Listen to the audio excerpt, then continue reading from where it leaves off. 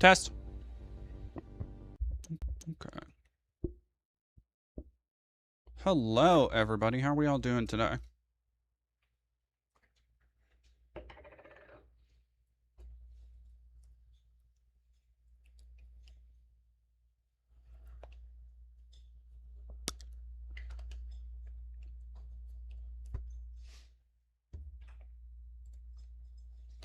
Hello? Can anybody hear me?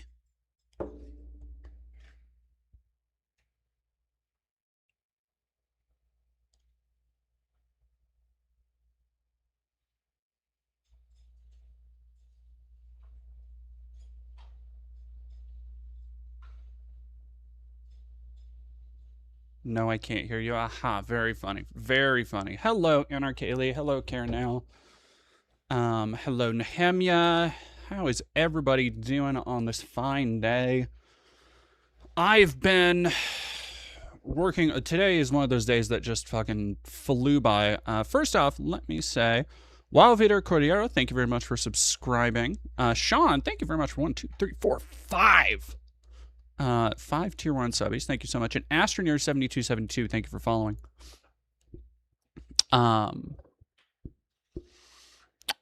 Today is one of those days that you ever just have a day at work when you get really locked in and then fucking, oh hell yeah, congratulations, awesome Stella. Guess who got a new job, full-time and good paying? Let's fucking go. Well, that was kind of my day today. Not getting a job. Just locking in.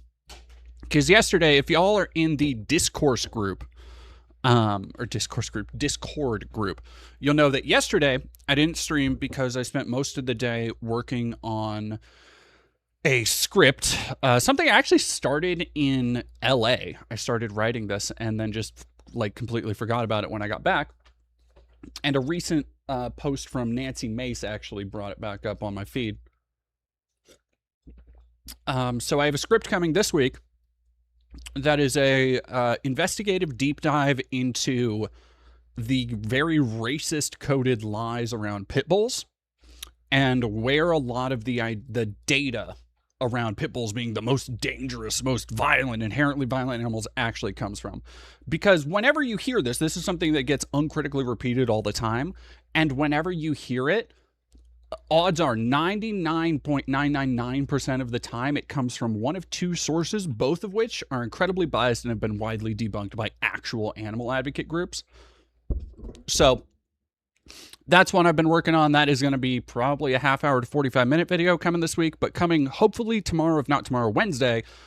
Today, I locked in on a separate project, which is a video debunking all of the conspiracies about the Spokane and Pacific Northwest fires. So if those is something that you've been like curious about, or if you've been hearing the conspiracies about how data centers were planned in the places that all the fires are, or weather weapons, or any of the more unhinged shit, I'm going to be kind of tackling all of that, the misinformation space as a whole. And I mean, y'all know how I do. It's not just going to be about disproving those conspiracies, but there is a larger point to be made here about how people profit off of tragedy using conspiracies. So, yeah, it's just been like 2 back-to-back days where when I lock in on writing, and I've been doing this a lot lately, thankfully, but when I lock in on writing, it's like I get tunnel vision. You know, if anybody else knows what it's like to be ADHD, which I'm sure some of you do, it's a lot of like forgetting the rest of the world exists. And so like today, for example, I woke up a little bit late and kind of got right to work. And then so it was like suddenly it was 10 and then suddenly it was 3. And I was just like, oh, fuck. Okay, well, I guess we're doing that. Yes, Nehemiah, I will definitely lock that down and keep that because we have so much going on right. Yeah, and Drax's Storm Scale. So the data center thing is, and I don't want to give away too much of the video because I still want y'all to watch it. The data center talking point is fascinating because like there were never a site declared like that they were looking at to build a data center on. All of the shit that went around social media is just completely outright fake. B, we're in a moratorium on data centers. C, the Washington state constitution forbids any kind of exchange of public or private lands to a corporation for a non-public good without like the express and public exchange of funds and like all of the regular bureaucratic bullshit that goes along with that. So the idea that these companies are out here like trying to set fires to clear land and then they're just gonna like set up it's as with most conspiracies, it's completely based on like nothing but vibes, and it's very frustrating. QF Glenn, thank you for $10. You're awesome, Vesper. Have you seen Dark Matter 2525's new vid on the climate? I try to say hope pilled, it's really taking the win for my sales. I have not, but I will have to check that out as well. Hey, baby. Koa? Koa? Can you goop the cat? Thank you. Okay.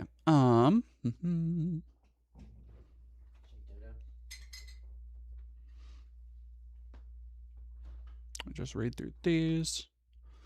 Yes, there we go. Well, I guess not. That's already gone. Thank you, baby. I love you.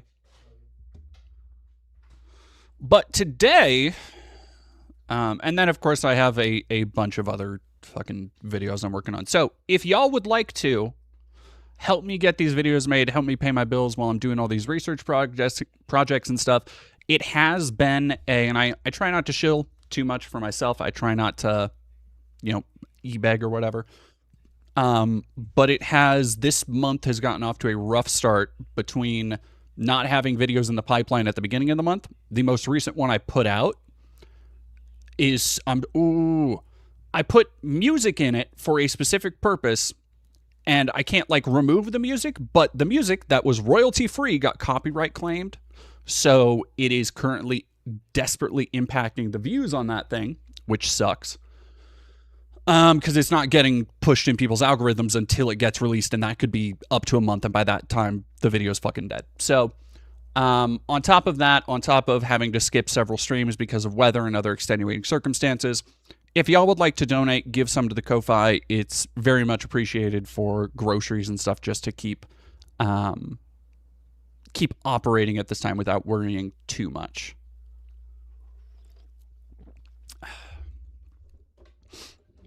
Yeah, I'm done. Like, I went outside my box a little bit with using a kind of like, I needed like an epic orchestral royalty-free song.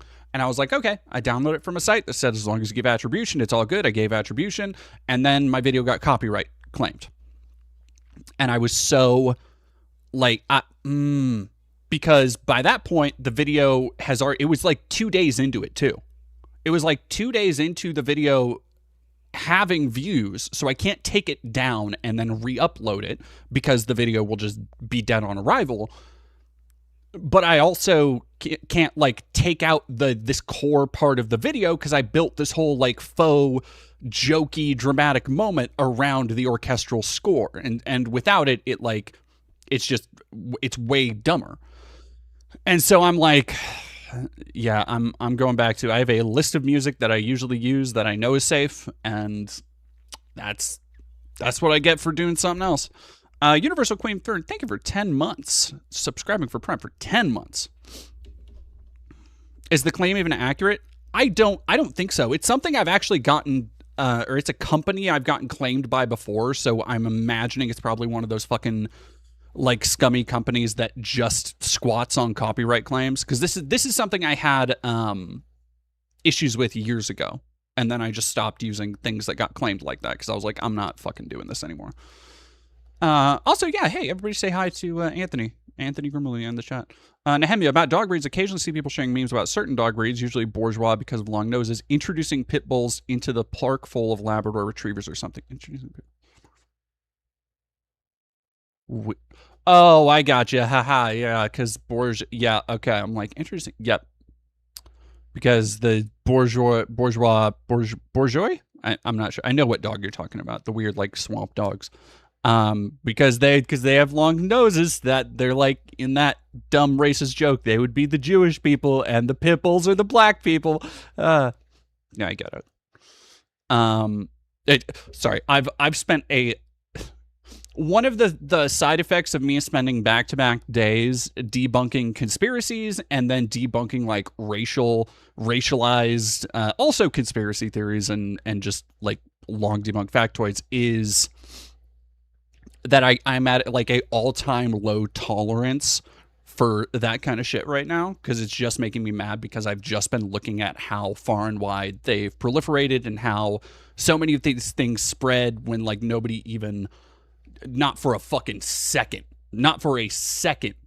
do they even fact check this stuff. It's crazy. I'm excited to show people the Pitbull piece because like there is some shit that I found that some of the people spreading that are doing that is just like, I'm like, oh my god, I can't believe nobody has called out these fucking idiots. Yeah.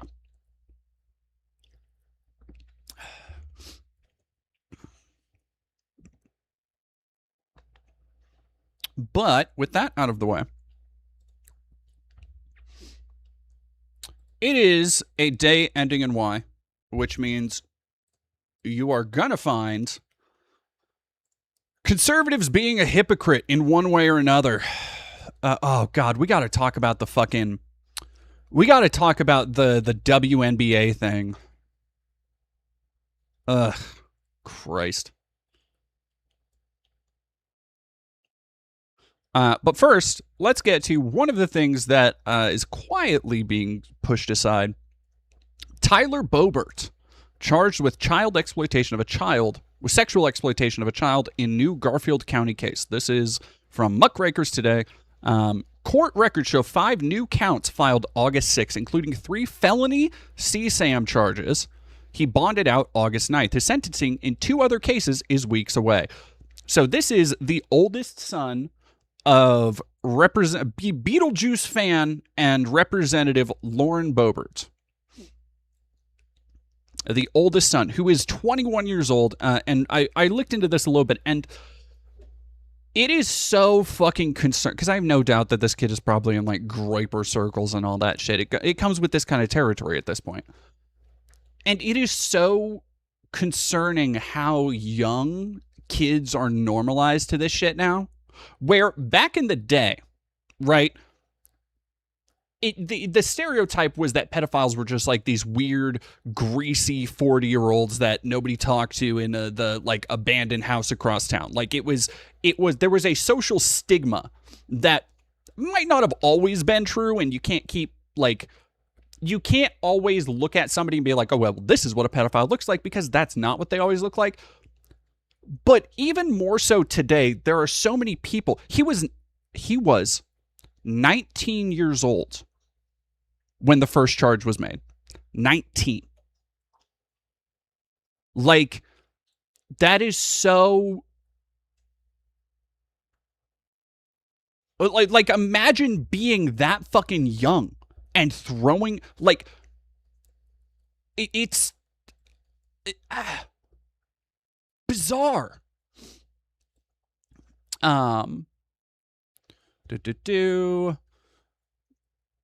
Multiple other charges. The release says the arrest follows an investigation by the sheriff's office and a felony review process. Bond was set at $10,000. Boebert bonded out the same day. What do you want? I wonder if taxpayer dollars are used for that bond. Like in some roundabout way. Yeah, no, Nick DeGriff, there you go. Yep, the first time I was exposed to open racism on the internet because I was in an argument with a guy over dog breeds. He said pit bulls are inherently violent in the same way black people are. Yeah. It is, the shit about pit bulls is so... Oh, it makes me mad not just because I have a pity, but like reading through the stories when people are... Oh, because it was that fucking account End Wokeness. And again, I don't want to spoil the video because I have like 8,000 words. I'm going to record it tomorrow and it'll be out before the end of the week. But when you actually go and look, so much misinformation and disinformation proliferates because nobody actually reads the fucking stories of what happens. And that's the same thing. Pit bulls are so... maybe one of the biggest examples of correlation, not causation, I've seen. Because of the stats they were talking about, when you actually go through, and I fucking methodically picked apart dozens of their examples in this video, and I was shocked because I kept finding it. I kept fucking finding it where it would be like, Pitbull mauled family to death. And then you go and you see, and it was like a usually horrendously tragic situations, but accidents nonetheless. And usually it comes back entirely to parents or owners. Like, so, for example, there was the story of, I wonder if I still have it. Let me see if I can just pull it up as an example really quick.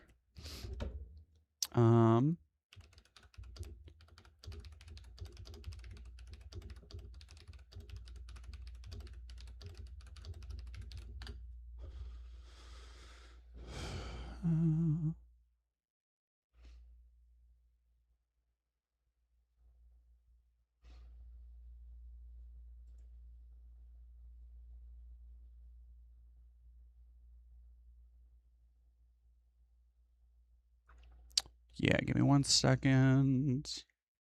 No, not that one.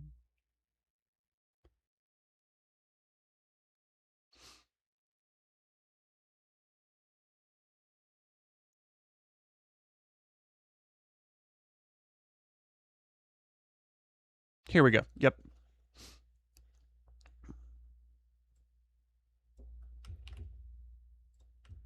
Just as a little proof of how this shit works.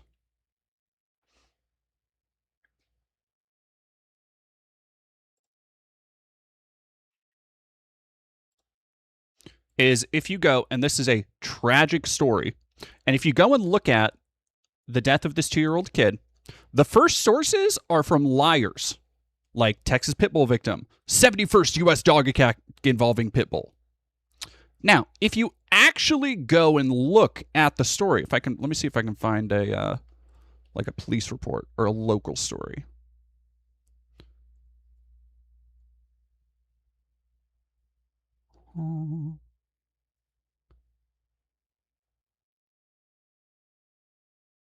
Is this the one? No, I think it's this one.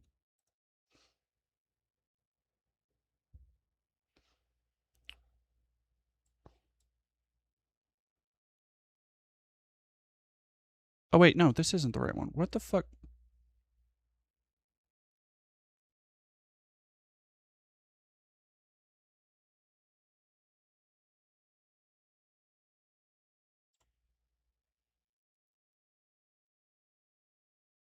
No. All right, let me fucking... Give me a second. Because now I don't know where it actually was. Let me look up...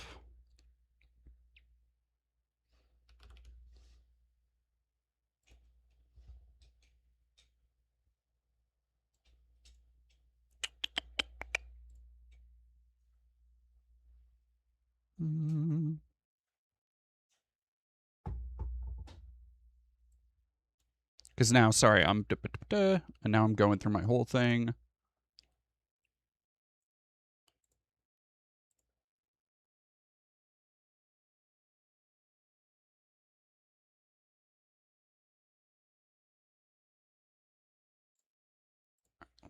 Was it there?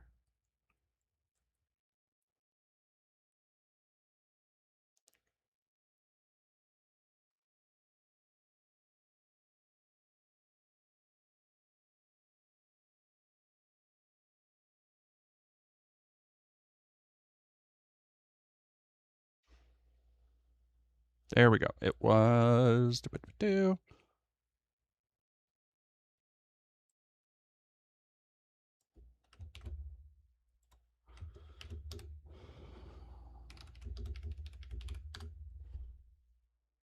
Here we go. Because if you were to. There we are. Thank you.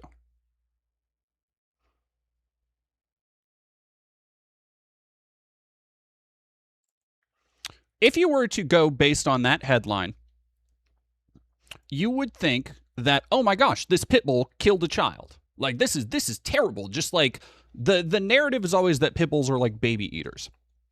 And then when you, and I mean 80, 90% of the fucking time when you look into these things, it is wildly irresponsible parenting that leads to like situations that absolutely could have been fucking avoided. So, again, cover story, the thing that gets spread around and the part of the story that gets like spread as cultural myth is that pit bulls are baby killing machines and they can't be trusted around, anybody. However, listen to this shit, because the story, as always, is deeper than what you're going to read or what people can sell you as a narrative. Police arrested Deirdre Wheeler and charged her with 7 counts of abandoning or endangering a child, as well as injury to a child. They also, this is the father and mother of the 2-year-old girl who died. Also arrested LaCharles Ramsey and charged him with 6 counts of abandoning or endangering a child. Listen to this shit. December 29, 2024, police investigated the child's death at a home in Wichita Falls. Police say the child was attacked by a pit bull after it busted out of the kennel. And this so far, a lot of people out there are being like, yes, you see how evil, inherently bad pit bulls are. According to the arrest affidavit, the child was left in the care of Wheeler and Ramsey while her mother was at work. But they left the child, her infant sibling, and several other children in the care of an 11-year-old. That's when the dog attack took place. So, 6 children in total were left in the care of an 11-year-old that were supposed to be watched by adults. I don't care how well behaved any animal is. You do not put children in the position of being home. I don't care if it's a chihuahua. I don't care if it's a cat. I don't care if it's a cockatoo. You don't put children, especially babies and toddlers, unsupervised in any environment where they are not familiar or cannot be properly safe with an animal. So the idea of putting 7 children in charge of this, like there's no accounting for, and it's not the kid's fault, it's purely the adult's fault. It's not the dog's fault, it's the adult's fault. You are putting them in precarious positions where like at some point something bad was going to happen. Genuinely, at some point something bad was going to happen. You're putting an 11-year-old in a house alone in charge of 6 other kids. It's a miracle the house didn't burn down. It's a miracle nobody was hurt before this. It is a tragedy that could have entirely been avoided. And the thing that pisses me off so much about this is that this is the kind of story you see again and again and again and again and again when you have pit bulls blamed for violent deaths. And I think this was the one that also, I don't remember because there's a bunch of stories that unfortunately happened very similar to that.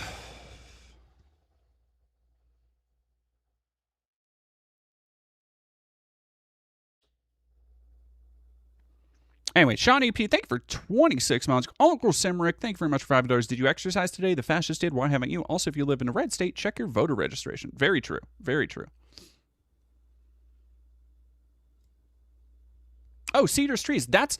So the other thing, and I don't want to spend too long on this because, like I said, the video's coming out soon. But the other thing that very commonly happens, and the lying scumfucks who run that website that gets cited and sourced as statistical fact, is so fucking wild.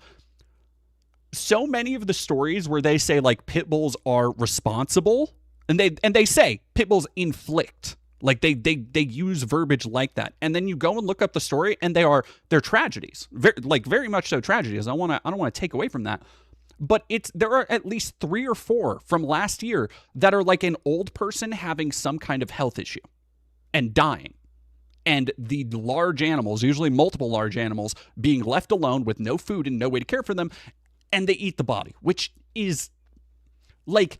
At a certain point, that's a tragedy, and that sucks. It sucks that there was nobody there for them. It sucks that they had no medical care. But when you've got so many people, from medical examiners to all this other stuff, saying that there's no indication of a struggle. In fact, they had a heart attack. They had, a pulmonary embolism. They had a stroke. They had something. Nobody was here to help them. So, like, animals ultimately are going to do what animals are going to do when they are pushed to the brink of survival. Like that. And then these lying scumfucks will be like, yep, you see, pit bulls are violent. One of the 3 dogs was a pit bull mix. And I shit you not. That's the level of logic people use to say 86%, 60-something%, blah, blah, blah. And it's like, come on, man.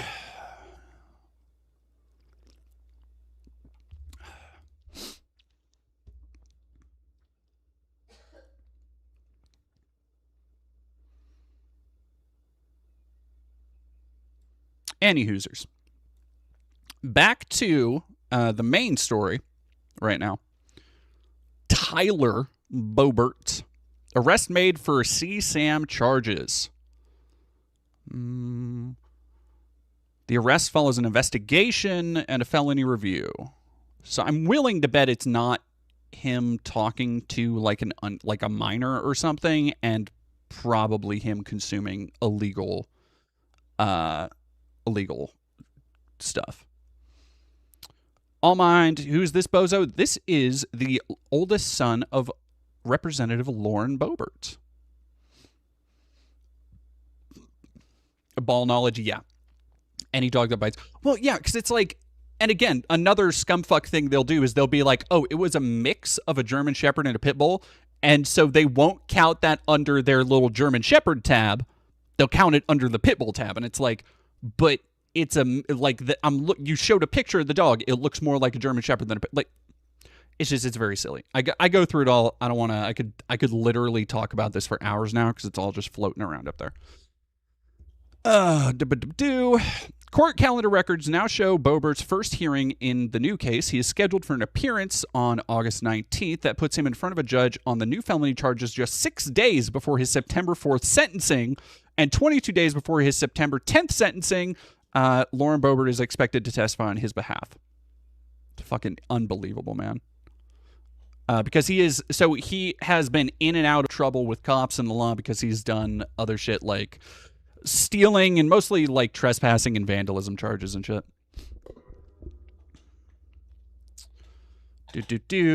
5 counts: sexual exploitation of a child to induce/entice, possession with intent, so to distribute, sexual exploitation of a child, video, contributing to the delinquency of a minor. Jesus, so he probably was grooming somebody. Ugh.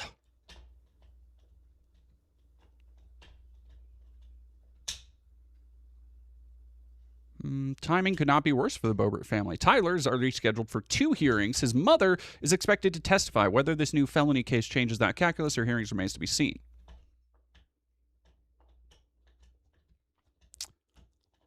Huh. Great. Party of family values, everybody.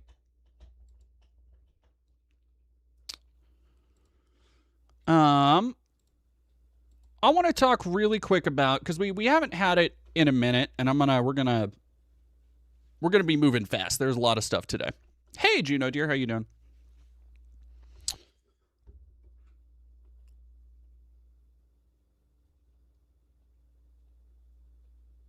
I thought Lady was a husky mix. No.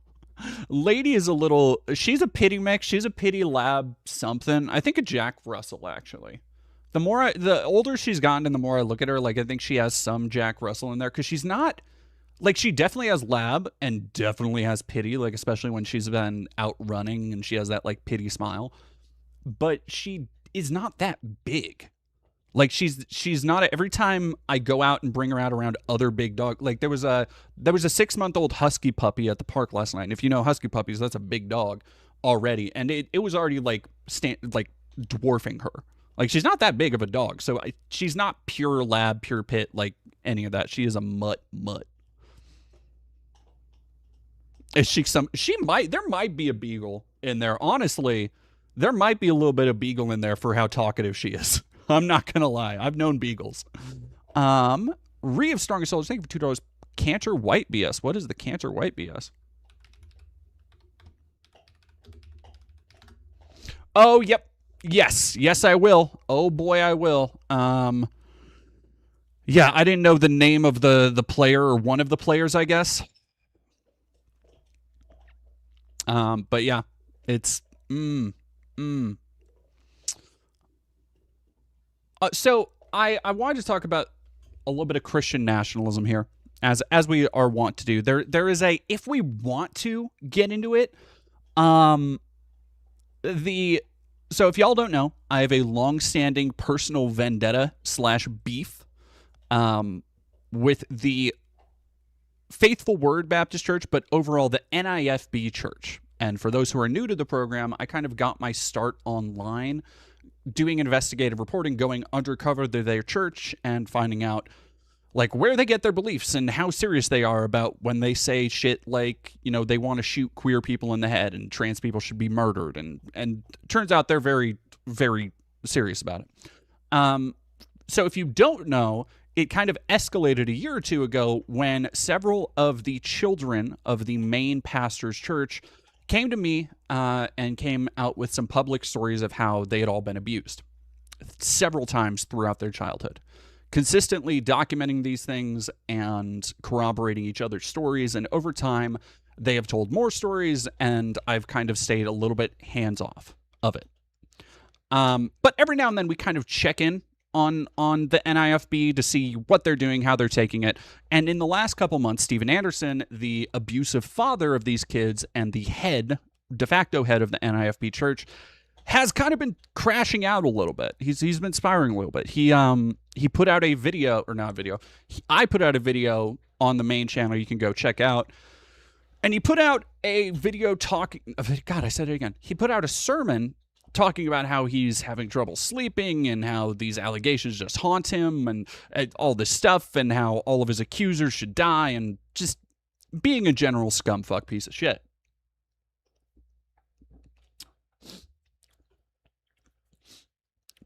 Grand Theft Autobot, I've seen that Bold Pitbull Rescue show. Those dogs are full of love when treated right.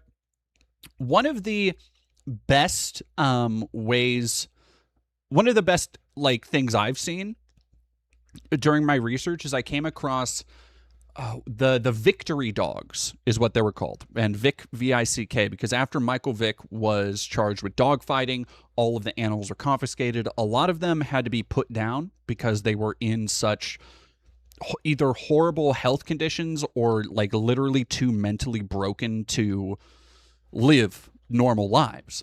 But more than 22 of the dogs that were in Michael fucking Vick's dog fighting ring, 22 pit bulls, were rehomed and never had any incident.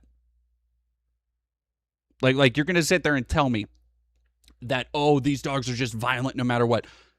Some of the animals that had the worst possible start in life, and they got the love, attention, and care they needed. Like that right there, to me, completely disproves that narrative. Anyway, AF Chris, not trying to have you reveal your security methods, but do you have a way of contacting help or safe word if you're discovered while investigating a subject? I did. Or like when I was still doing on like in-person stuff, but I can't really do that anymore because people kind of like I got recognized a couple times at CPAC when I did it. And it usually was like, oh my gosh, I thought I recognized that person, but like it's the kind of thing that would just happen now. Like I can never tell when or where I'm going to get recognized, which means I can't really rely on. I don't have a like Walter Masterson kind of everyman look to me. Like I'm pretty recognizable, I think. Julie Bean, thank you very much for 36 months in a row.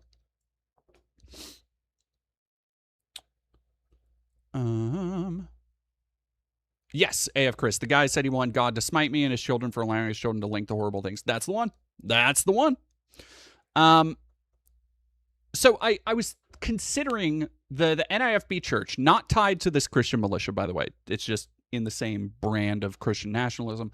They had this thing over the weekend that I was eagerly anticipating called the Make America Straight Again conference, where they apparently opened up a new sect or, church in Connecticut and had 3 pastors from other churches, including Steven Anderson, come preach. And it was basically just across Thursday, Friday, and Saturday leading up to Sunday. Each of them did a sermon specifically about sodomites or queer people or trans people. And it wasn't like we could watch 1 or 2 of them. The one by Corbin Russell is actually the real, like is both laughable but shockingly violent. It is some of the most unconscionable advocacy for open violence against just queer people, gay people, trans people I've ever seen. So we could watch that. Like that's something I do for fun. If y'all want to know what I do for fun, my partner was asking. I was playing a game. Oh yeah, I was getting footage for a thing. And I had it playing on my phone, and they were like, "Oh, what are you watching?" Because they're just, I have it on fucking Rumble, and which like goddamn Rumble ads. Don't get me started. Anyway, and I was like, "Oh, I'm watching one of the hate church's sermons," and Koa's like, "Why?" And I'm like, "It's kind of funny." Like I think it's a little funny, like just watching them be, because if you've watched us react to some of their stuff, a lot of their stuff is really unintentionally ridiculous, and that there's some of them. That was the one I kind of wanted to watch Corbin Russell's for actually on stream. I forgot about that. Is now I'm remembering it. There are moments where he's like, it sounds like a fucking parody. Like he's literally like saying shit like, now, who would want to do that? Who would want to look at a man in a dress is sick, is perverse, and then he just keeps going into more and more detail of like with the like the and they look like this and they put on the makeup and they do, like it's so weirdly detailed in their description that you're like, okay, but hold on. How do you know so much about this, buddy? Like, and so listening to that kind of stuff, I think is a little bit funny. But I've also kind of been inoculated with it. Oh, no. My life is a dumpster fire. Rumble ads are not gambling ads. Rumble ads are a new brand of AI psychosis that fucking nobody is talking about. So Rumble ads, the ones that I've consistently gotten are AI, purely AI, 100% just AI, people talking to the camera as though they're a real thing, but you can very clearly tell it's not. It has that AI sheen. It has the monotone AI voice. But it's stuff that should straight up be fucking illegal, because it will be with no, like, this is not a real person. It will be like testimonials and shit. And there was one that was like for diabetes, but it was this fucking AI Christian diabetes treatment. Like it was like faith healing. Now, if you believe in Christ Jesus and you're a patriot like me, you should listen to this cure for diabetes. I didn't think it would work, but it absolutely did, and the government doesn't want you to know about it. And it's brain melting. I legit cannot fucking believe that it is not illegal. Awesome Stella, do porn sites are all the same? Just AI ads are the most milquetoast shit ever. No, AI porn ads are, everything I've seen is so much fucking weirder. Because, like, what weird freaks are making those AI ads just have literally no compunction about how bad it looks. So it's just, like,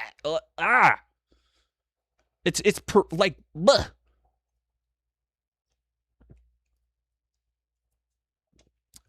Anyway. Yes, we'll talk about the Asmon Gold thing. I have a Philip DeFranco video I want to pull up because apparently friend of the show Niara is featured in that. But the Christian Nightmares newsletter, all of that is to preface. If we do end up looking at some of the hate church stuff later, I recommend, because I found out about Christian Nightmares, the Twitter account, which I do recommend you go follow if you, like me, are fascinated / horrified by the proliferation of outright violent Christian nationalism in this country. They do a really good job of keeping tabs on a lot of this stuff. And so I had these two articles pop up recently, and I wanted to talk about them. Oh, man. Oh, they're both paid. Damn. Ugh. Well, I will have to do that later because I do not have the funds to pay for that. That's a bummer. Whatever. We have plenty of other stories to go through, so I'm not too hard up on that. By the way, if y'all would like to, like I mentioned, I know nobody's posted in the chat yet, but there are Ko-Fi links if you would like to help with some of the funds and some of the lacking donations we've been faced with because I've been forced to not stream for a couple days. So like my views are super down, and it's kind of impacting a little bit of a bottom line. But if that is something you would appreciate, or that is something I would appreciate, no pressure. Oh, thank you very much. It's already pinned. Thank you very much, Awesome Stella. I can't see it on my end. Let's go to, really quick, before we get to the Asmon stuff, as always, I try and keep a focus on the heaviest shit, specifically up front, and the news that a lot of other people are not paying attention to. There is, right now, and I've kind of talked before about how I am tired of Hassan. Like, not as a person personally, I'm fucking tired of everybody else talking about Hassan all the goddamn time. And part of it is that it's very obviously a distraction from the actual issues that he and the people who he is helping campaign for represent, the stories, the talking points they're putting forward, the focus they're putting on working class families and people that aren't able to fucking pay their bills and pay medical bills, like the common struggles of the American middle and lower classes. So there is a reason why so many people are trying to run interference right now for that, both on the Democrats and Republican side, and it's very fucking annoying. Mostly because it is all serving as, because it's America, all serving as a very good distraction from actual human rights abuses happening right fucking now. Just straight up. Oh, hell yeah. Sorry, Antidome said, Blair White made a really stupid video about woke nurses. Let's fucking go. Let's go, Blair White.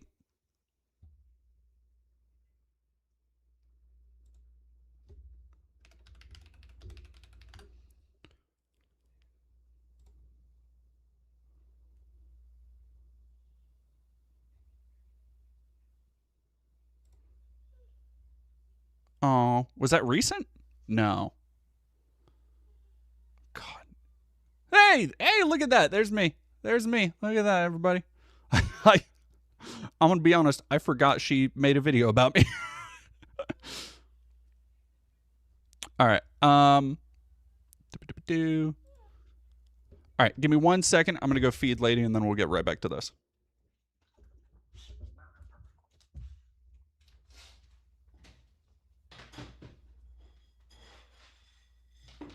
There you go, baby.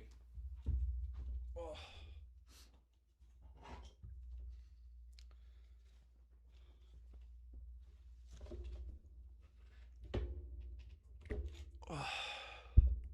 Oh, thank you, Reeves Strongest Soldier. I don't remember. I am sure that sounds like something I would have liked on Twitter, but I do like a lot of tweets. And I haven't been, A, I like a lot of tweets. B, I haven't been spending too much time on Twitter in the last couple days. That's the other benefit of getting locked into work, is that I fucking don't spend time wasting my life on social media. Highly recommend it. Highly recommend it. Being actually productive instead of doom scrolling. Oh, so good. Cortisol spikes incoming. Silas the Raccoon, thank you for gifting a tier 1 sub to Paradoxical Peace. Julie Bean, thank you for 36 months. So for something a little bit less, and part of the reason why I'm annoyed at the constant fucking focus on Hassan is because it is intentionally an effort to, it's bread and circuses, ultimately. It's shit that is meant to take away focus from all of these issues, whether it's any number of genocides happening right now, whether it's any number of humanitarian violations like those happening in Cuba, whether it's the shit that is happening on our own front step, whether it's the surveillance state in Palantir and Waymo and all the fucking behind back closed door contracts being signed to sign away your rights, and in like so many things are happening right now that people should be so concerned with. And perhaps in America, none more so than the fact that we have right now active concentration camps in our country.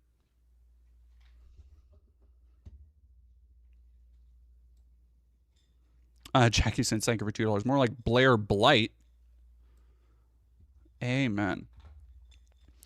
Leaked video from men's ICE detention center, which, by the way, detention center is not the verbiage we should be using. There are certain things that I kind of, a little while ago, and this is why I say IOF instead of IDF, is because I straight up do not accept the framing that is given in the term Israeli Defense Force. What they are doing has nothing to do with defense. They are an occupying force. Is why I have also made the conscious effort to stop calling it the State of Israel, because I don't recognize the sanctity of it as a state. I think it is an illegitimate colonial project. It is the Israel project, the project of Israel, right? Similarly, I think we need to make a conscious effort to change the verbiage around the words detention facility.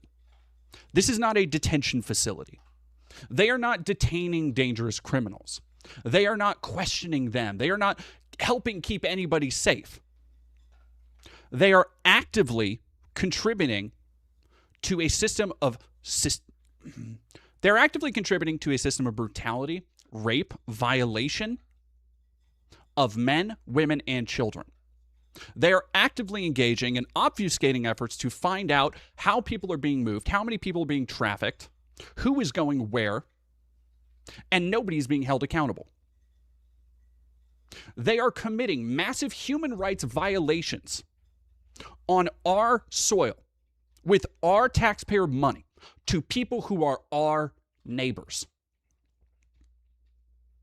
And every time somebody uses the words detention center, it only serves to help legitimize that as something that is normal. It only serves to help legitimize it as something that isn't dehumanizing, but is in fact just a part of the system. It's just part of the bureaucracy. But that's not what it actually is. It is a concentration camp by any measure of the word, of the phrase, excuse me.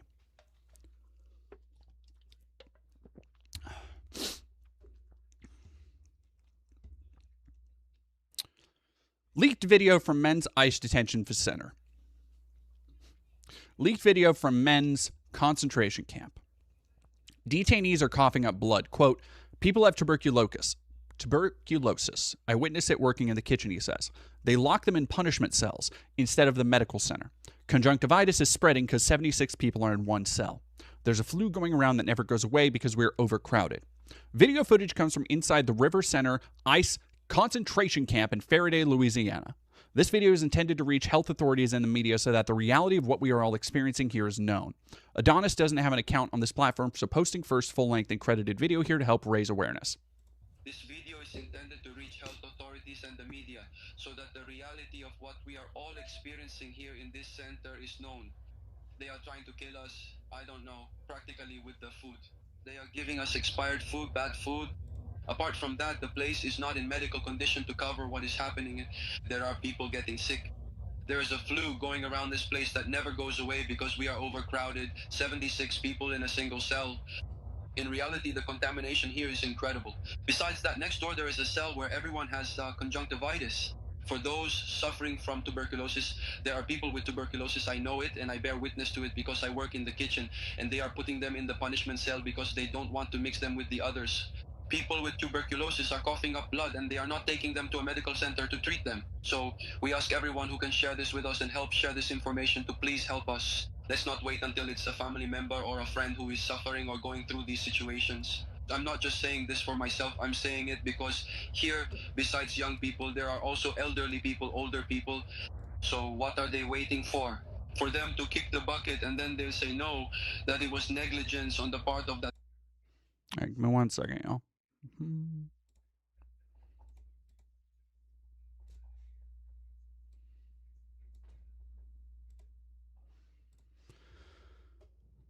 All right, video in the original Spanish. That's what I wanted because it's very. I was. Thank you for providing that, by the way, because Jesus Christ, that is very obviously AI, and I was about to hold up, but they have the original.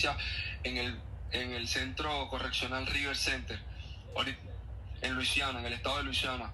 Este video es con la finalidad de llegar a las autoridades de salubridad, a los medios de comunicación, para que se sepa la realidad de lo que estamos viviendo todos los que estamos aquí en este centro.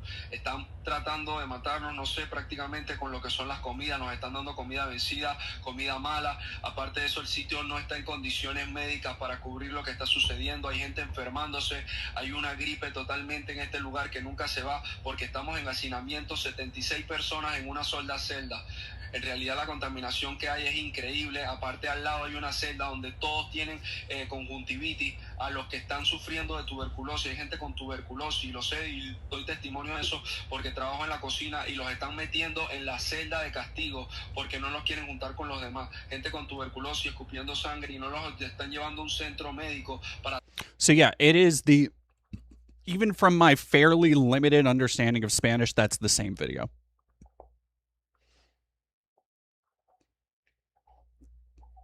Like that's the same script. I wish, like, I don't know, put fucking subtitles on it. The AI thing is it bums me out because, like, one of the things that is very frustrating about the modern attention economy is that if somebody thinks something is AI, it immediately is delegitimized. And something this important, like, I would put this one first. Find a way to put captions on this in English, and then if you absolutely need to have a fucking translation, have it linked below, right? I think the optics of this really hurt it because you can tell that it's not his speaking voice. You can tell it's dubbed over, and having that, like, even giving people that little wiggle room to deny it, I think can really hurt. I think it can really hurt. And especially something like this where it is in Spanish, so you would want to get, like, somebody who speaks Spanish to translate it. That can cost money that a lot of these, like, independent investigators don't really have. So I think there's a lot of issues with how this is disseminated, but I think the point remains, and the more important point here is that it is a real video. That it is the exact same script. That what he is saying in Spanish was what we just heard in English.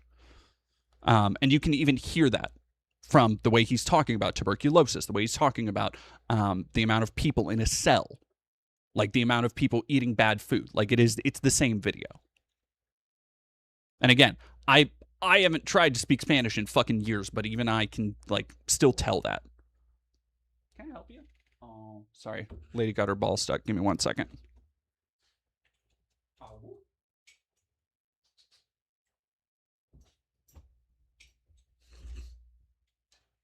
Okay.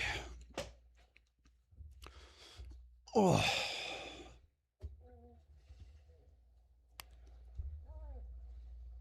Oh, also reports there's a whole people of cell with conjunctivitis. So this is another part of And I want to, with that as our kind of guide, this is something we've been keeping an eye on here at Dead Domain. And by the way, New Enlightenment Union of Ego.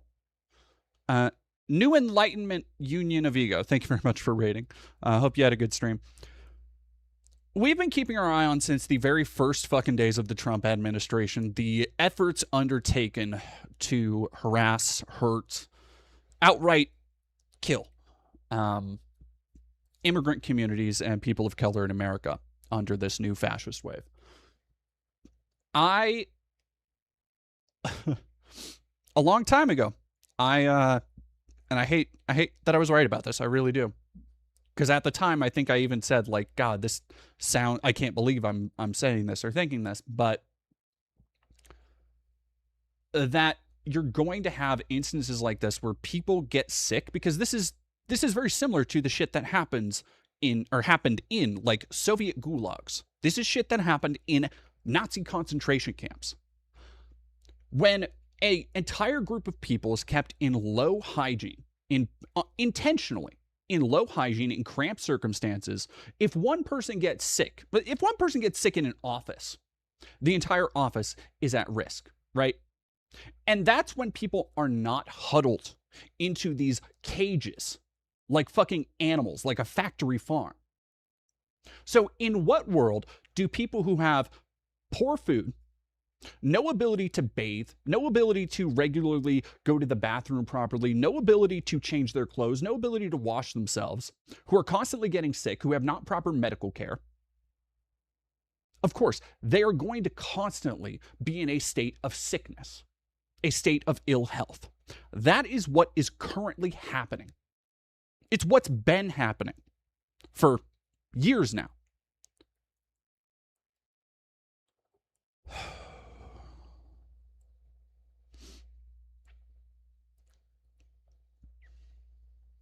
Kurdish filmmaker recounts inhumane ice force feeding. Gabar Choli tells of how, for months, he was shackled, pinned, and forcibly fed, and the physical and emotional scars the ordeal has left. This came out today. In June 2025, a sluggish and thin Gabar Choli with sunken temples and bones visible under his skin braced himself for the immigration detention center guards to charge into his cell once again.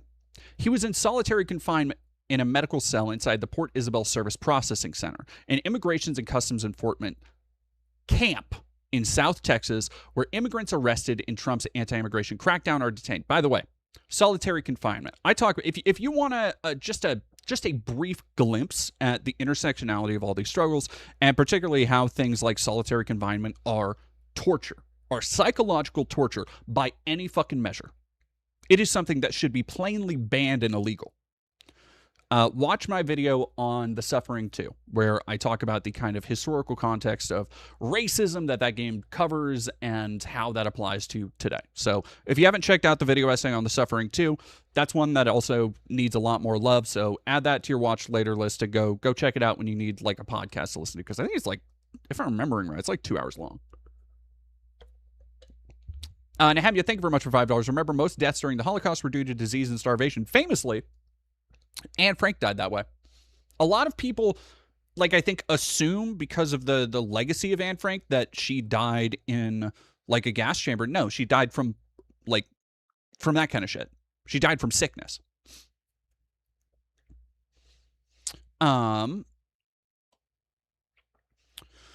Choli, a 40-year-old Kurdish asylum seeker with a thick beard and long dark hair, had been on hunger strike for over 2 months, demanding improved conditions for detained immigrants and to be released or deported. That day, his nose was swollen, his throat hurt, and he could still taste blood from previous days of treatment for which he never gave his consent. The filmmaker and activist for an independent Kurdistan had spoken out for the first time, talking exclusively to The Guardian last week from Canada about the ordeal in the United States that he said broke him. And as we read this, I need you to consider, and this is a fucked up way to frame this, and I understand that. But this is a story of somebody who got lucky. This is a story of somebody who isn't in the system anymore. This is the story of somebody who got out. And it is a story that is not shared by likely thousands of people that we do not know the condition of right now. He recounted the vile routine as the detention center guards would rush towards him and wrestle him to the concrete cell floor, shackle his wrists and ankles, and drag him to the detention center infirmary. There, guards pinned him on a bed while medical staff forcibly inserted a feeding tube through his nose and down his throat and pumped nutritional liquid into his stomach. Choli was being force-fed by ice. This is the kind of shit, by the way. This is almost verbatim what they do to make foie gras. Like, if you've ever heard about the inherent cruelty of foie gras, or if you don't know what that is, it is, I believe is it goose or duck? I think it's goose liver. Foie gras, yep. Mm-hmm. Duck, or both, duck or goose liver. It is, according to French law, blah, blah, blah, blah. Can it be made humanely? Yeah. So what they do, and the reason why it's been, like, there's a lot of controversy around foie gras, is that for a long time, they would force feed animals to get them to swell, to make the liver more, like, lush and fucking, tasty or whatever. But it is regarded for the animal very often as torture. And there have been more humane methods that have tried to develop it because it's, a very well-known culinary dish. And, like, there's no need to inflict that much intentional suffering on an animal just to fucking eat it. But yeah, it's straight up not worth it. But we consider that for a moment. This is something that we judge as being inhumane and cruel to a fucking bird. And here they are doing it without a second thought or care in the world to a human being. Consider that for a moment.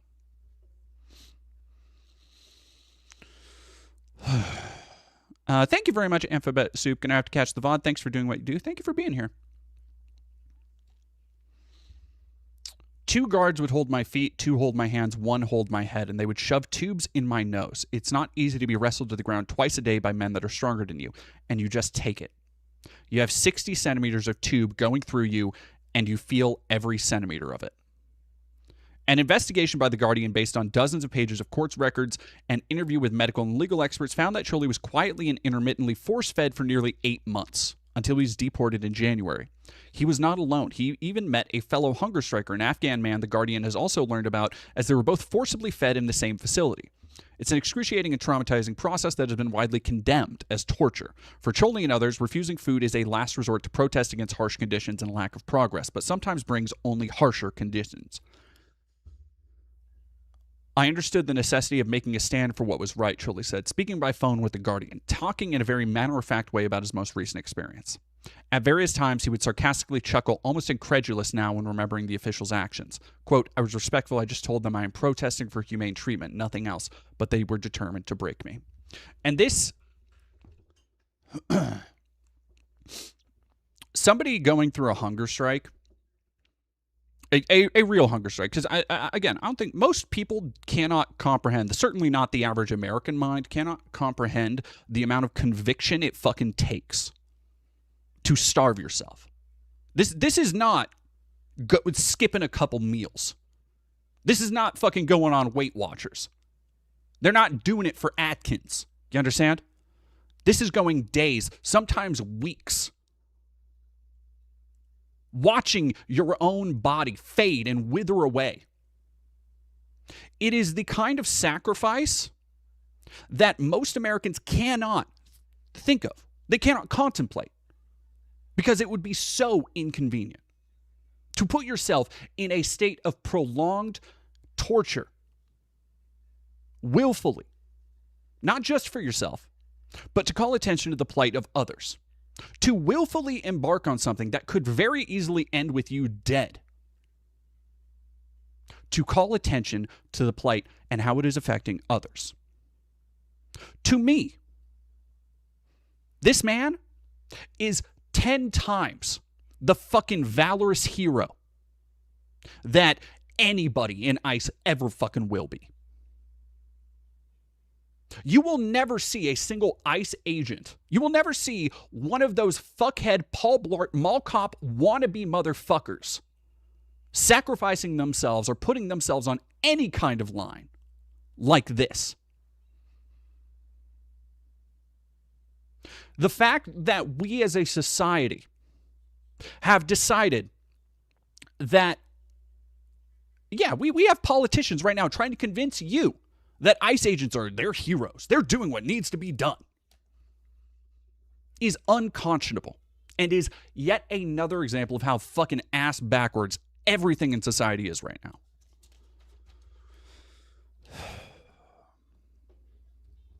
Sorry, give me a second. I'm writing something down.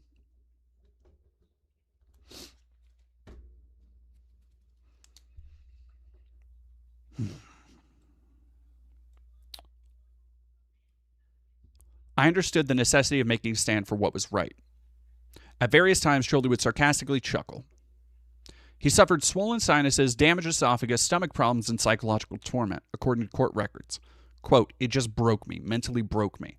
After sometimes twice daily sessions, they would take me to a solitary cell and I would choke on my blood and drink the blood from inside my throat."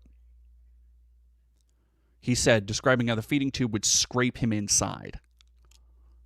If you've ever had to have a feeding tube or if you've ever been intubated for any kind of surgery, you have, and again, you have a small, brief glimpse into the physical discomfort and torture. It is, getting a tube put down your throat is wildly, wildly unfucking comfortable. Having it shoved down there by people who don't care if you live or die, by these ICE fucks who sign up so they can torture people. This isn't like a fucking dental procedure. This isn't like being put under for surgery. This isn't by doctors acting in your best interest. These are hired state torturers. Tea Leaf, thank you very much for $10. I'm so excited. I'm finally selling commissions. Won't plug, but celebratory dono. Yippee, I'm so excited. Thank you very much. You're okay. Yes, you did jump in at a rough time, but it's okay. Nobody blames you.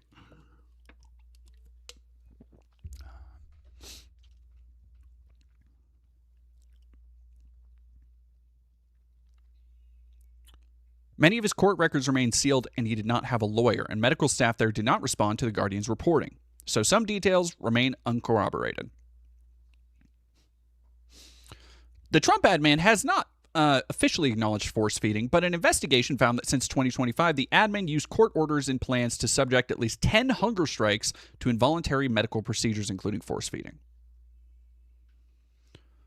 DHS did not respond to questions about Chorley's specific case, but a spokesperson said in a statement, quote, "ICE respects individuals' rights to refuse medical treatment where appropriate. However, when an individual's medical condition presents a serious risk of death or permanent harm or other compelling legal or operational interests are implicated, ICE may seek judicial authorization for appropriate medical interventions consistent with applicable law.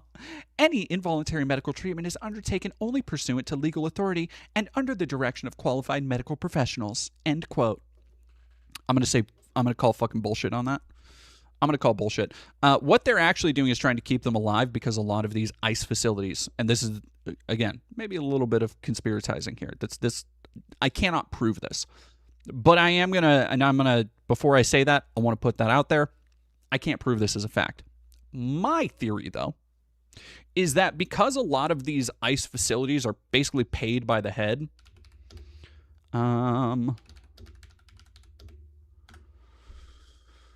let's see if I can find it.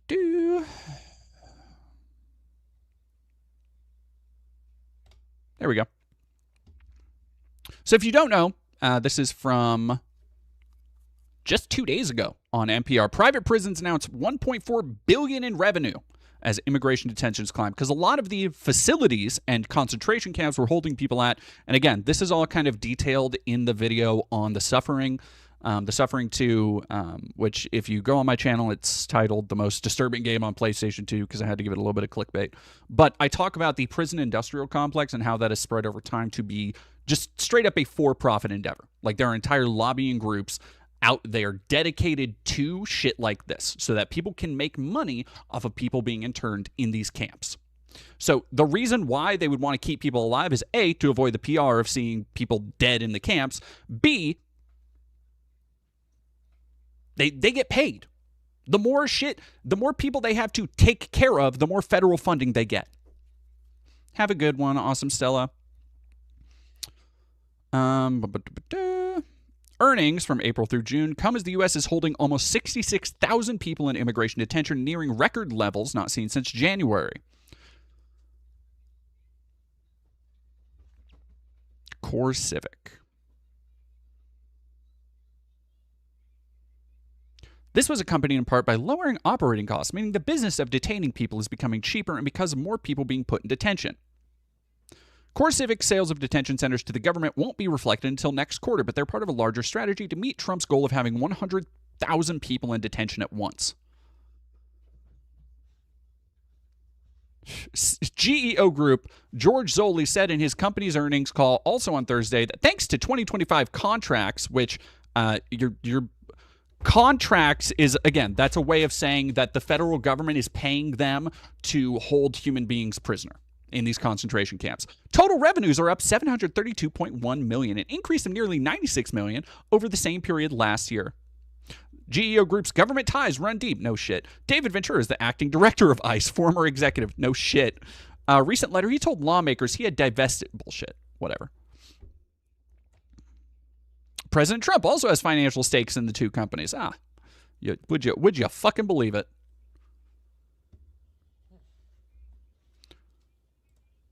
So anyway, my little conspiracy theory, but just call it a fucking hunch.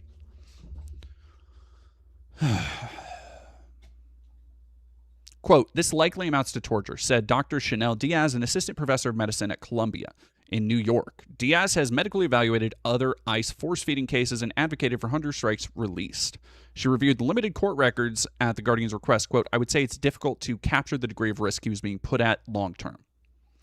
Choli, a deeply religious Muslim, has been living in Vancouver, where he was a filmmaker and activist campaigning for an independent nation of Kurdistan, having come to Canada in 2007 from what he considers occupied territory in Iran. His life was and is complicated. He said he had previously served 9 months in prison in Canada following a 2012 drug smuggling charge, and court records show the case was related to receiving just over 1 kilogram of opium in the mail from Turkey. Fucking drug smuggling, sure. In the mail, dog. In the mail.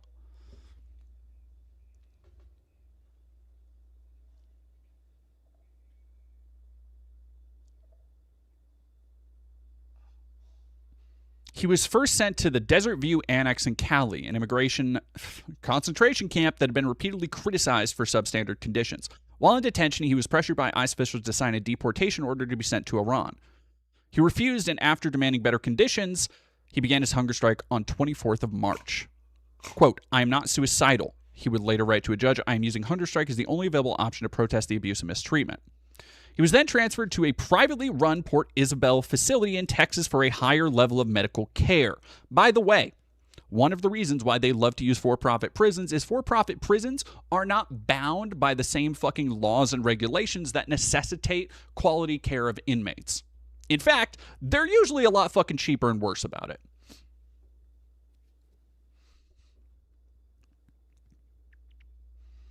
Almost 10 days later, ICE sought their first court order to force feed him. He broke his strike, believing the federal court's involvement would help his immigration case move along. Quote, God opened a door for me, he said he was thinking, and wrote a letter to the judge requesting assistance. But 3 weeks later, he learned the case was closed and no one had responded to his letter.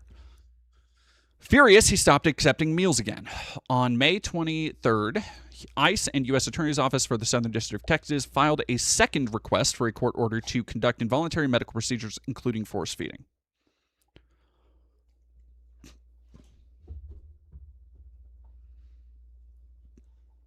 Yeah, there we go. As this hunger strike went on, it threatened his health and also, in the government's opinion, posed a, quote, serious threat to security and good order of the facility. The public interest is served by not allowing his attempts to manipulate the immigration system and by maintaining prison and inmate safety and security. What they're saying there is if somebody died, again, if somebody died, it's a real bad look. It's a bad look. Everybody's gonna take a hit to the morale. Goblin Culinarian, thank you for 25 bits. I didn't get the notification. Went live. Demand recompense from Bezos. So I'm giving you pocket change in retaliation to Timu Lex Luthor. Rubbernecking trash fires is a time-honored tradition of the stream, and I will not be denied. Thank you.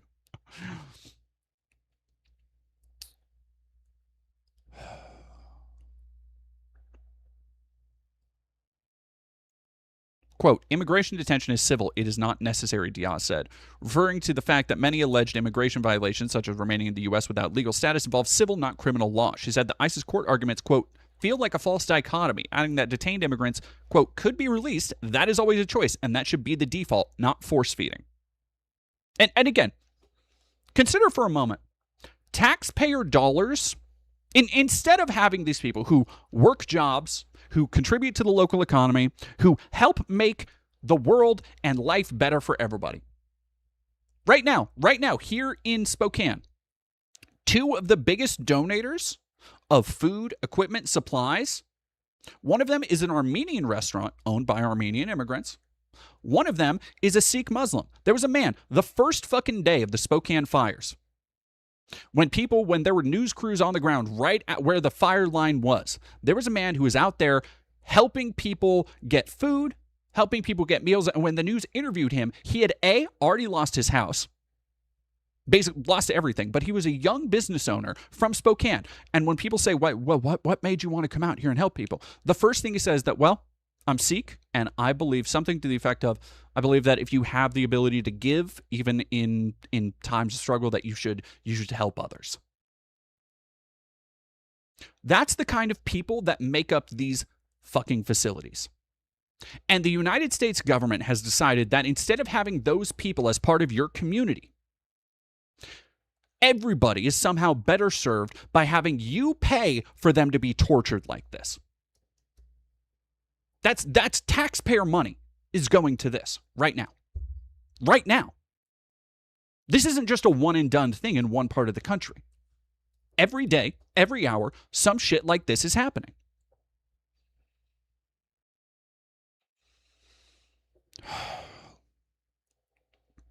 During the first days of his force feeding, his nose and throat were swollen from the repeated tube insertions and removals. He recalled an occasion in which, while being restrained, an ICE nurse shoved the tube so hard he tore my nose from the inside. His nose bled for days.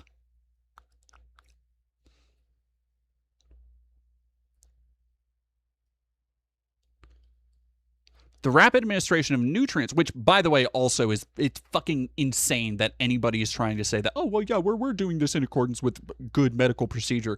When, like, if somebody's starving, it is, there are medical procedures to help them get the nutrients to their body in a healthy way that will not overdose them, because their body is not accepting nutrients. Like there have been stories of people who are starved on the verge of death, emaciated, and they eat too much and they fucking die because their body literally cannot handle it. So the idea of just fucking force feeding them like a goose.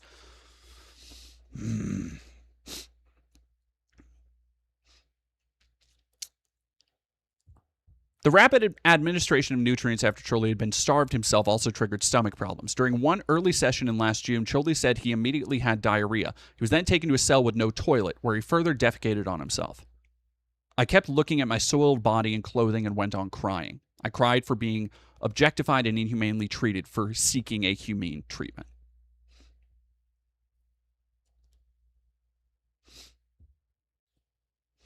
Weeks passed, and Olvera, the judge, continued to extend the force-feeding order.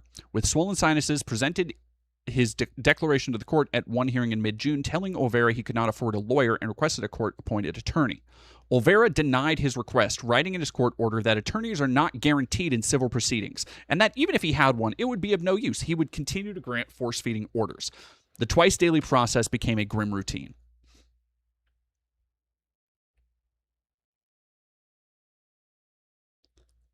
Weeks turned to months. At one point, he recalled a guard's rough treatment, injuring his ribs, making breathing painful for weeks. At another, guards who were restraining him pressed so hard on my shoulder I thought my chest was going to break in half. I lost my breath, and he heard the doctor say, "Take him to the hospital, he's dead." Then I completely went out, Chodley said in an interview.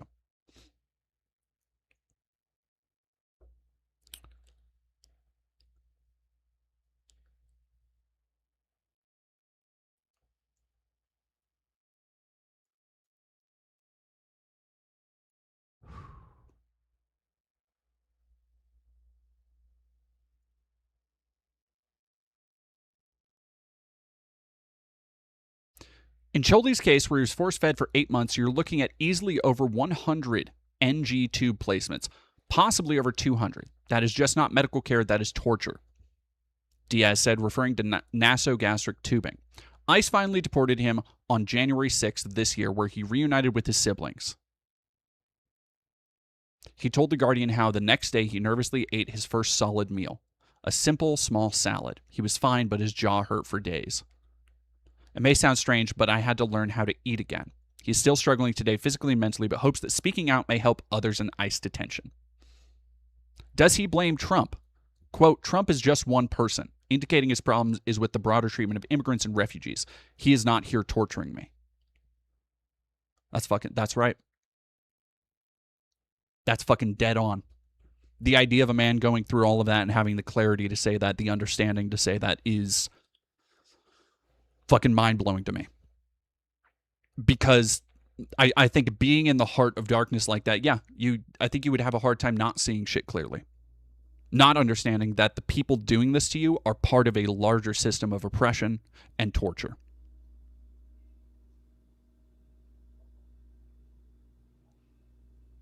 Somebody brought up earlier, do you know who else? This is not just Trump. Do you know who else helps fund this shit? Democrats. Who helped fund the ICE budget that allows for this? That allows for this massive expansion. That allows for them bringing on more fucking trained, hired killers. It's a bipartisan issue.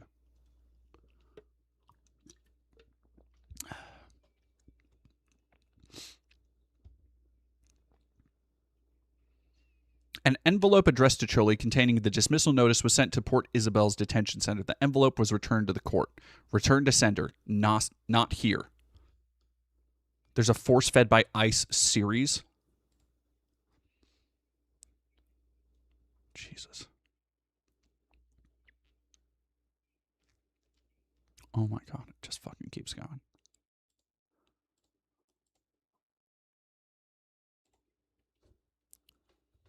From the ohioimmigrant.org. This is the last ICE story we're going to be talking about, because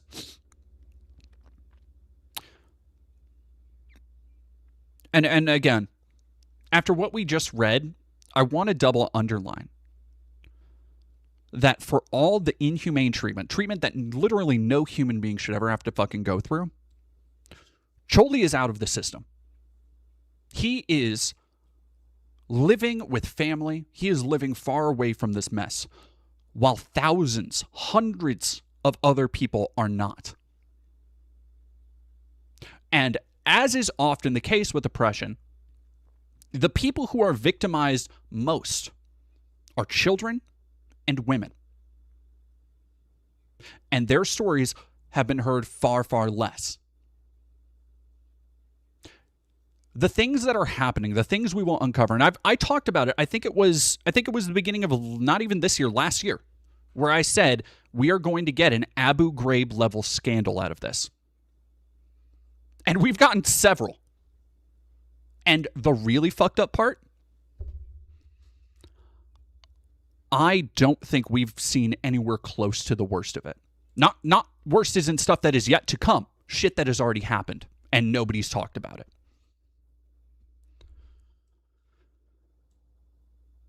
This is a new report of 59 criminal ICE and Border Patrol agents. 85 committed sex offenses, nearly 2/3 against children. Now, this is a really hard thing to keep track of because, and I'm willing to bet this is partially why, a lot of information on ICE agents is really hard to track down. They don't want these people being doxxed. They don't want people knowing where they live. The people who are torturing, murdering, killing, raping, trafficking your fellow man. No. They don't want them to know where they live, where they lay their heads at night, where you can let them know how you feel about the inhumane treatment they are delivering to your fellow fucking citizen. Ohio Immigrant Alliance released the They Walk Among Us, a list of 59 sexually and physically abusive ICE and border agents in the wake of ICE agent David Bruliette's killing of Johann Sebastian in Maine.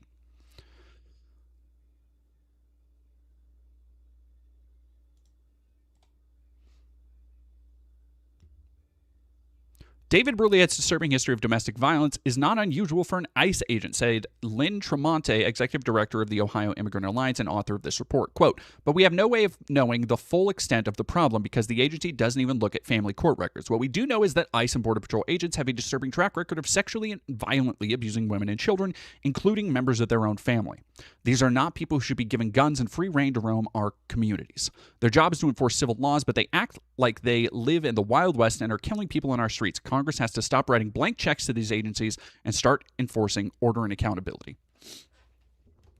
Now, this is, by the way, not talking about, because I have said, again, for over a year at this point, I've talked about how these places are going to become just hunting grounds for fucking predators. The people who are already willing and ready to victimize people in their own fucking life, their family members, their friends, their loved ones.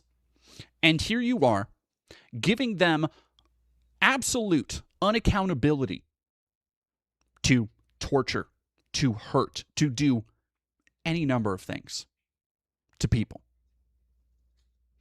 This is what is happening right now in America with your money.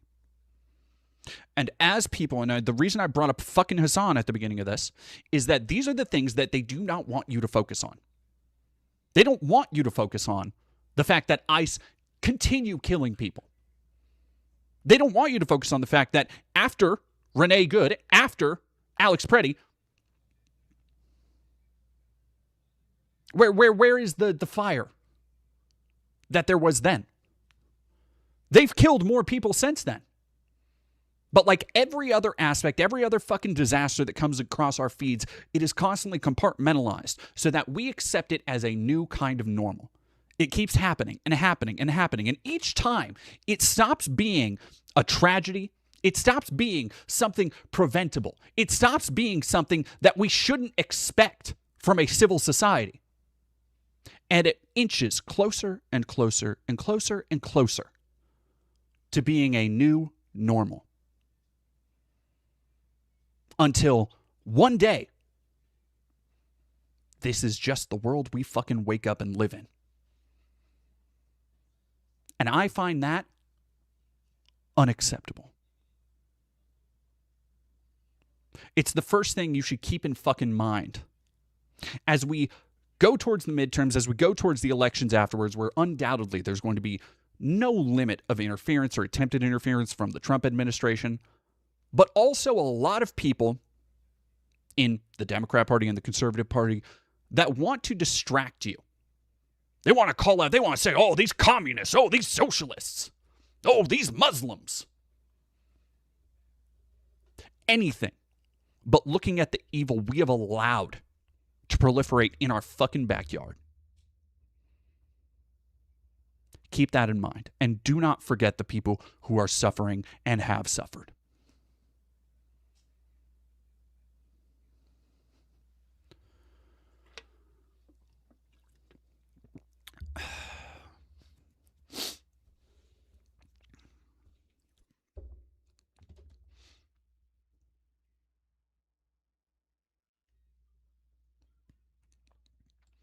Nehemia, thank you very much for $5. Recently watched a 1947 U.S. anti-fascist short film, Don't Be a Sucker. It's rough to watch today, but I recommend seeing how fascists work. Let me see that. 1945, you say?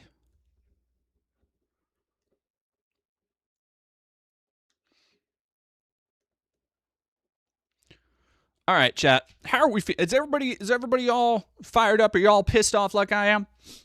Ooh, I was worried because, like I said, I spent the day writing like a couple thousand words, like 6,000 words about conspiracy theories, and I thought I didn't have it in me. I thought I was like, gosh, I'm going in kind of low energy to this, but this stuff pisses me off.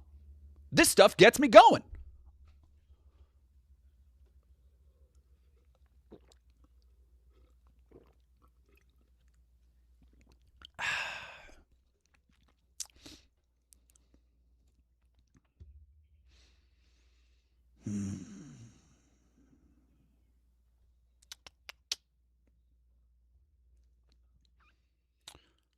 All right.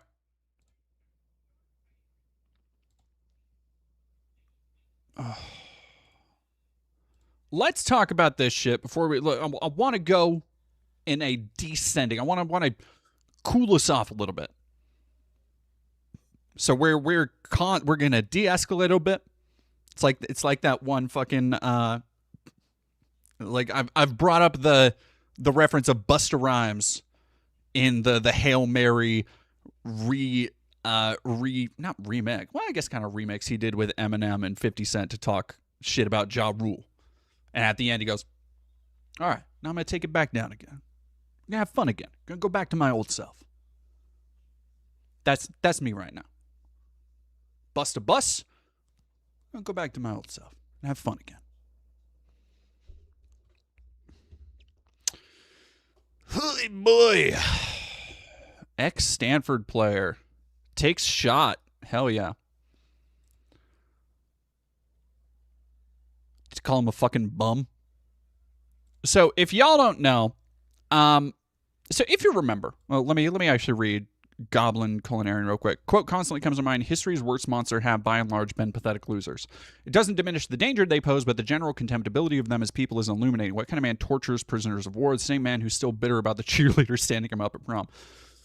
Yeah, you ain't fucking wrong. And I honestly, so we're gonna get to Asmongold, and Asmon has become such a, he's really boring. And I've kind of said this before, is that like I again, another, hey, you heard it here first, dead domain prediction coming to light, is I think I've talked about before how like he's just going to keep escalating because this shit gets him attention, and the only thing that gives him any kind of like dopamine surge anymore is getting that attention. It's the only thing really keeping him, I think, like together at a cellular level, is people getting fucking pissed off at him.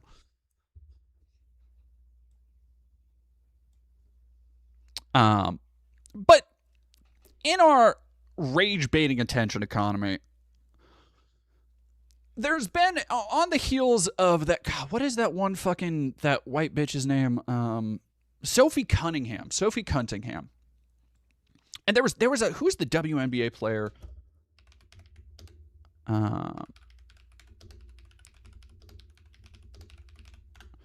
a WNBA player who was so fucking fine. Not her. Not her. No. There was another one who came out recently, kind of talked a little bit of shit about Sophie Cunningham.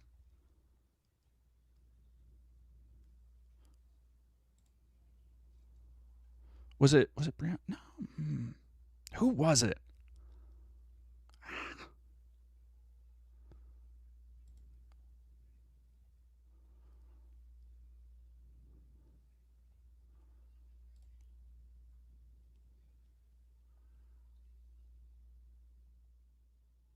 Sophie not serving Cunningham. That's pretty good. I guess I wish I saved it. But either way, on the heels of Sophie Cunningham entering the culture war and very chicken shit manner being like, well, I don't know, I just did for everybody, and I'm just talking about how, like, you know, people need to do, like, whatever, bitch. Everybody, like, you are surrounding yourself with turfs. You are surrounding yourself with dipshits like Riley Gaines. You ain't that smooth. You're not that guy, okay? Who you think you are, you're not that guy. You're not smooth enough about your transphobia to pull back on the lever and be like, well, no, actually, I respect and love everybody, but I just, nah. So what we have now, what we've got here is failure to communicate. Now, oh, damn it, Goblin Culinarian. So to brighten the mood for you all, I made pickled red onions as a housewarming gift, 2 cups of water, 1 cup mirin, 1 cup apple cider vinegar, 1 teaspoon of mustard seed, 1 tablespoon sugar, 2 bay leaves, and a star anise pod. Heat to simmer, pour over the onions, and let rest for 18 hours. That sounds good as hell. So there have been 2 bum-ass players announcing that they're doing a Lady Ballers in real life, basically. They're doing a Lady Ballers in an effort, I guess, to force the WNBA to specifically outline their rules about trans women in sports.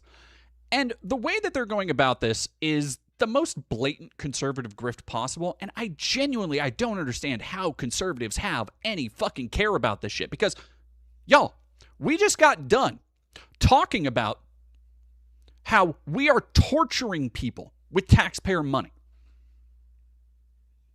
We've talked several times about how the surveillance state, like, they are creating these apparatuses to then do that type of shit to anybody they can label a dissident. This stuff isn't that fucking far off. And yet, all these chucklefuck conservatives can care about right now is, oh, well, Hassan said this. Oh, well, Hassan did this. Oh, well, this guy's gonna be a woman NBA player. And by the way, they're years late to this bit. They are serving reheated Ben Shapiro leftovers. How fucking pathetic is that, dude? The Daily Wire 2 years ago made a what can loosely be called a film called Lady Ballers, which they had to make a film because they tried to make a documentary and found out that no, actually men can't just join. They can't just play professional women's basketball. So they had to make a parody about it. And so now we all have to deal with this bullshit. NBA players have started a media firestorm declaring for the WNBA. You see Inez here, Inez Cantor Freedom. After careful consideration, he put out a video with this. After reviewing the current eligibility guidelines, I'm officially declaring myself a WNBA prospect. If simply declaring who you are is all that's required, then I meet every single requirement necessary to compete in the WNBA. Caroline, I saw this and my heart sank, because this is that moment that you knew was going to come, where some people feel like they just got the ultimate gotcha. Some people feel like they got the ultimate insult. Nobody's listening to anybody, and nobody's being genuine in this conversation. This is an incredibly disingenuous and concocted grift to make Inez Cantor Freedom look bigger than or smart. Already, this lady's got it. This is one of the rare white women dubs. One of the rare moments where I'm like, okay, white lady, you go off. Harder than a gotcha moment than everybody else on one side of the political aisle, and abusing, might add, the transgender community and the WNBA in the process. And I don't think that that's cool. I don't think that that's funny. I don't think that that's a gotcha moment. I just think that's incredibly disingenuous. And see, you know what? Honestly, I don't think we need to, after this video, I don't think we need to watch much more than this, because she's like incredibly succinct with how she's laying it out. It is an incredibly disingenuous attempt to steal a spotlight on a issue that they know is going to rile up a base and get broad support from conservatives. That's it. It is a painfully thin motivation for somebody to just keep grifting. This is like when we saw the Josh Sider shit. If you remember Josh Sider, the dude who tried to do the racial thing last year, 2 years ago, what the fuck is he doing? Who cares? It's part of, I think, why so many conservative grifts are so fucking boring, and why a lot of them I don't even cover anymore, is because it's you can look at it and see on its face what it is, what the goal is, what they're actually trying to do. And it's like, no, especially with this one, I get it. Like I said, the Daily Wire did this years ago. I get it. It made me laugh, but I get it. I've seen a lot of pushback saying, well, now the WNBA is in an impossible position. How in the world are they going to respond to this? They're not going to, because this isn't real. This is a made-up moment on social media that doesn't put the WNBA in any sort of position to have to, truly respond to whether it's Ruth White or Inez Cantor Freedom. I would also like to say this. There is not currently a transgender woman playing. Great fucking point. Oh, I like her. Most sports ball people can take a hike. I like this one. That's probably the most important point to underline. We've talked here a lot about how there is an infinitesimally small number of actual trans athletes. even more so in professional spaces than there are in like high school sports, right? The higher up you get from just being able to go and join a sports team, the less and less you're going to have trans athletes, because there are a very small number of trans people compared to the general population. B, even less of that tiny population is going to continue pursuing sports into a professional level. Like it's a very small population, a very, very small section of an already very small population. And currently, right now, how many? None. Zero. Not one fucking trans woman in the WNBA to fearmonger over. This has not happened. It is from whole cloth and entirely fabricated culture war narrative. That's it. This is that bread and circuses bullshit. This is that stuff, the fucking key jingling in front of the conservative constituency's face to be like, oh, what? Iran, Strait of Hormuz? No, over here. Jingle, jingle, jingle. Silas the Raccoon, rare pumpkin spice late stock image dub. Rabbit Zero, the war lost. Grocery prices up. MAGA desperate to pretend they've done something. Anything. In the WNBA, nor is there a transgender woman that is trying to play in the WNBA. I do not take these two men and what they put out on social media seriously. I would like to point out, though, legitimate threats to women's sports. Everybody wants to talk about protecting girls in women's sports. Let's do that. Let's talk about the real issues that are facing girls in women's sports. One, it's funding. There's significantly less investment into girls and women's sports than there is boys and men's sports. And I understand a lot of that has to do with viewership. A lot of that has to do with TV numbers. I totally and completely understand that. But money and finances are putting these sports at risk. The second thing, 60% of girls drop out of sports by the age of 14. That is double the rate of boys dropping out of sports by the age of 14. So, of course, there's many factors for that. Finances might be one of them because youth sports are expensive. Of course, we all understand that. But body image is a part of that. Confidence is a part of that. We're not doing a good enough job of promoting a healthy ecosystem for our girls to develop into confident, strong women who want to continue their respective sports. We understand how important youth sports are for developing strong, powerful, independent people in general, men and women. So we have girls that are dropping out of sports at such an astronomically high rate. They lose that opportunity to learn teamwork and to learn, a sense of individuality. So if we want to talk about protecting girls in women's sports, absolutely, let's do that. But let's do that with actual and real issues that are facing girls in women's sports, not just a political hot button issue. Hey, fucking men. Let's go. Oh, that's so good. The thing, and this is something that I've really appreciated both Zoran Mamdani and Abdul El Sayed are doing, where they'll be asked a kind of gotcha question, and then instead of interacting or engaging on that gotcha question and trying to like dissuade they refocus. And this is the thing that won fucking Zoran the New York mayorship. It is the fact that every time somebody would ask some insane, dumbass question, some New York Post level gotcha, he would turn it around and be like, well, no, actually, I'm just going to, and then talk about focusing on his main platform, focusing on accountability for families, focusing on the shit that people actually need to focus on. Because she is absolutely right. If you want to have these conversations, okay, let's have these conversations. Not with the made up culture war bullshit narratives, but on the actual merits of what's happening.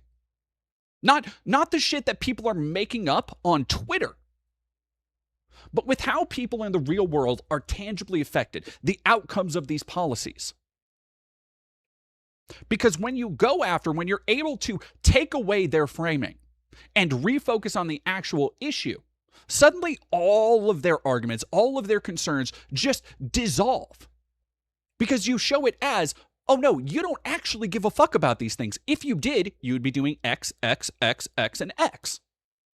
This is the same thing I talk about when I talk about, dipshits and racists like Nick Fuentes, right? Nick Fuentes will come out here and talk about how he just wants a white Aryan victory for his people. And he will talk about how white people need to have this and white people need to do this. And white people, you're not allowed to be white. You're not allowed to be proud of your culture. Okay, well, what does he do functionally for that cause? Like, genuinely, what does Nick Fuentes, what does people in his orbit do to help white people? When there's a natural disaster, do you see them raising money for white communities? Do you see them trying to form inter-community mutual aid groups? Do you see them trying to help impoverished white communities anywhere? Even though they'll talk all the fucking livelong day about how, oh, white people are forced out of jobs, white people have their opportunities stolen from them, white people are falling into more poverty. No. Do you want to know why? Because they don't actually give a fuck about that. All of those things are tokens they are using and just sliding it into a slot machine called the culture war that will keep paying out dividends for them. But the tokens, the issues that they are tokenizing, they don't actually call attention to or try and help with. Reframing these issues to the things that will actually help people, that will actually make a difference, and not just the convenient narratives that can be used to launch 10,000 other culture wars, is what we need to be doing, especially heading into the midterms, especially leading into the next presidential election. Because you are going to see an endless stream of bullshit come from Trump and his cronies, come from the administration and right-wing conservatives, but also from the left. You're going to see it from Zionists. You're going to see it from the incredibly racist Islamophobic contingent that's coming out of like the anti-DSA group. And at every turn, to interact with that, all you need to do is reframe the fucking issue. This is why people, they think they have something every time you talk shit about like Destiny or something. Without fucking fail, they do the same thing with Asmon Gold. Without fucking fail, they'll be like, oh, well, what about Hassan? I don't give a fuck. I'm talking about something else entirely. You're talking pancakes and waffles, motherfucker. All right. Chat, thank you very much. Anarchaley, thank you for $5. Hey, if we want to play the game, they got to take the estrogen. At that point, they need to learn what dysphoria really feels like. Yeah, it's... Nehemia, thank you very much. You're always just like seeing a sheep in wolf's clothing. Mackenzie, thank you very much for $5. I think the reason MAGA is going back to transphobia and anti-vax so hard is because they have nothing else for their base for the midterms. Oh, absolutely. Seeing the Dr. Fauci anti-vax stuff is so, like, bewildering. Like, they really are dusting off the hits. They really are, like, fucking digging through the back catalog. Like, it's like that's what you got right now is Dr. Fauci. We're doing Dr. Fauci shit in the Big 2-6. Sure, man. Fucking whatever.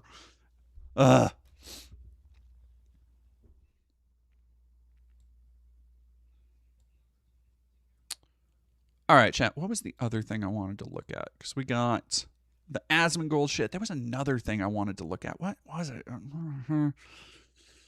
I'll look for it as we watch this video talking about the Philip DeFranco shit, because this little scumfuck is...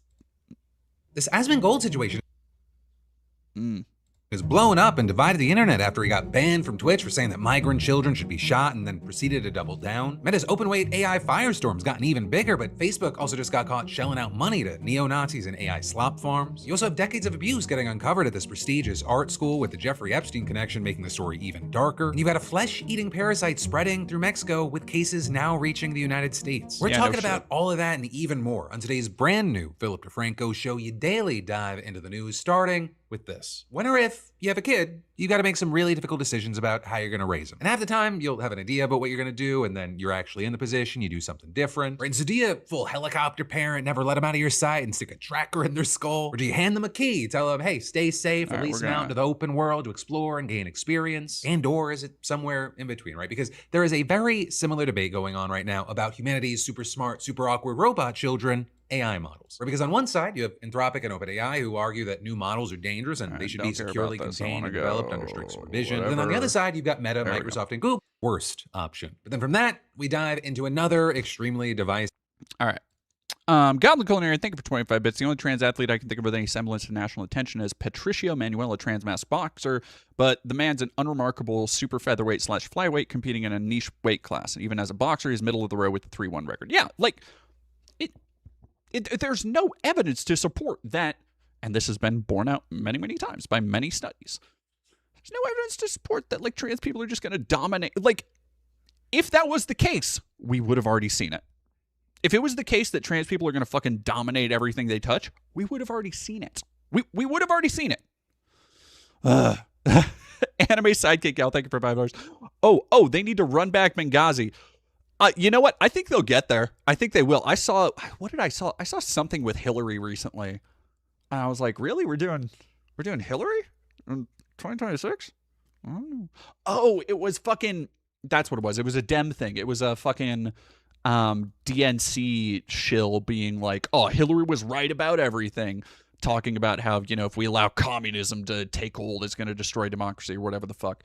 And it's like, are we gonna take advice from Hillary on how to fight Trump? Because she's kind of been radio silent since she fucking lost in maybe the most humiliating electoral defeat this country has ever goddamn seen. Like, who? I don't think so. I don't think we're gonna take Hillary seriously.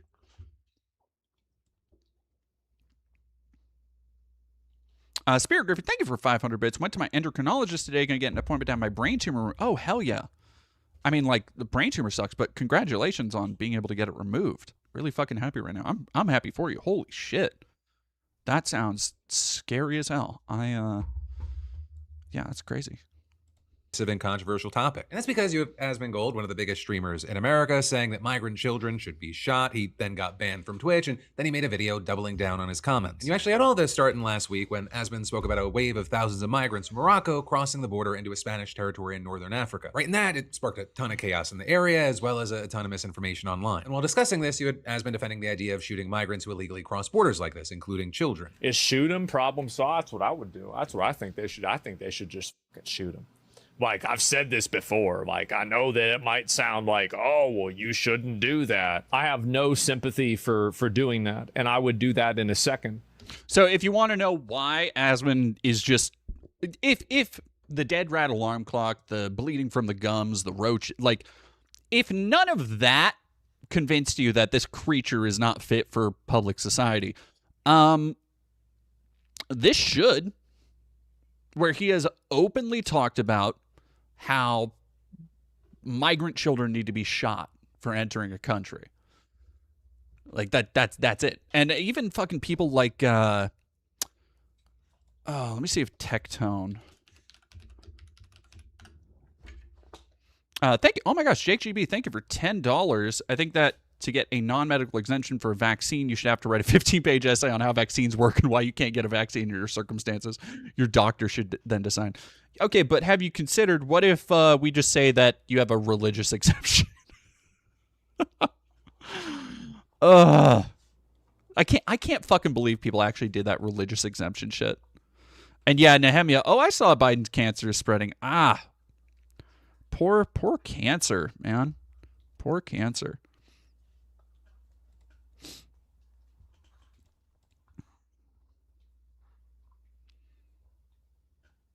Asmon Gold said nothing wrong. Sure, man. Oh, do you have anything else, dog, on that? Fucking.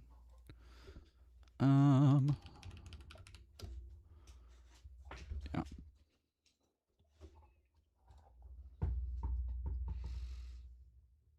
So yeah, let me go to the, there's another, here we go. Here's him doubling down, by the way. Which he thinks is fucking real tough talk. There are definitely criticisms people have of me that are valid, where like I probably do dial it up a little bit too much and maybe I could use different rhetoric, etc. But I want to let you know that I apologize for nothing. I meant exactly what I said. It's, for me, the most annoying aspect of Asmon Gold is it's the smugness that really annoys the fuck out of me. Because here is somebody who, by his own admission, doesn't read, doesn't seek out any kind of knowledge, facts, truth, will just blatantly lie when presented with counterfacts or counterfactuals, doesn't engage with them. He is terminally afraid of engaging in any kind of debate, by the way. His sweepers will likely ignore that aspect of it, that he is not unable to debate. Not that, like me, he thinks debates just aren't useful. He is unable to debate because he cannot properly cogitate his own fucking points. They are based in nothing but the dumbest vibes possible. Like, it's just because I say so shit, right? And to me, the most annoying aspect of all that is how it somehow leaves him with this smugness. Like bro really thinks he has anything to contribute to society and any knowledge that anybody should care about. But unfortunately, we have created an attention economy where tens of thousands of people do listen to him and trust him for some fucking reason. So, rough.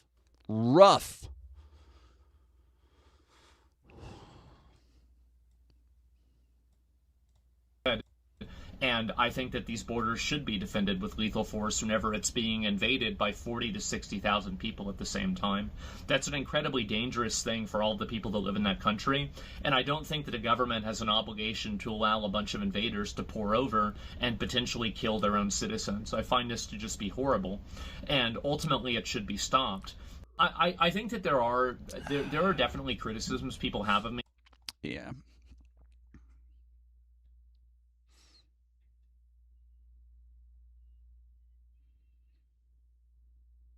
So here he is. Here's a more full clip of what he said, because he and Tectone are doing, because all of his sweepers, I'm sure fucking who's that one? Well, Nuxtaku doesn't really post anymore. Huh. I'm sure Chibi or some other dipshit. Well, no, Chibi's crashing out about being a cuck right now. So I guess the only orbiter he has in his corner is Rape Tone, which is who is saying, well, yeah, Asmongold said nothing wrong. And the thing that they're both trying to do is trying to reframe it, and the thing that they always do when they say something that's too truthful about how violent they actually want to be and how they actually just want to murder children for no reason, where they try and reframe it as like, well, yeah, no, lethal force should be authorized if like 60,000 people are going to come and invade you. Like, but that's not the conversation you were really having, Zach. Dexter Bunko, thank you for $10. Are we sure Asmon isn't just some artificially inflated psyop? If he's inflated, they need to do a better job. The man is looking deflated by the day. Jake GB, thank you for $5. Illegal immigrant farmers contribute far more to America than this lumpen degenerate who sits in his room all day with his roaches despite being rich. Yeah, it's like, that's the thing, is that there is no better proof that America is not a fucking meritocracy than the idea of people like Asmongold having literally any kind of platform, right? Like, America's never really been a meritocracy because you can buy your way to importance. You can literally buy your way to people thinking your ideas are important and you are important. You can see this with Elon Musk and the amount of people who act like he is our fucking our true savior and the only way to our passage beyond the stars and to save Earth and all this other bullshit that he spews because he's rich. He's able to propagandize himself and his ideas to susceptible minds.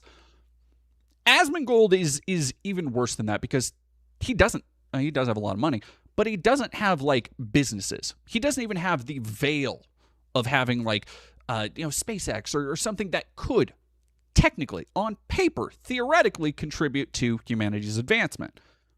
He has nothing. He has a roach-infested house. He has a history of terrible hygiene and even worse takes and ignorance.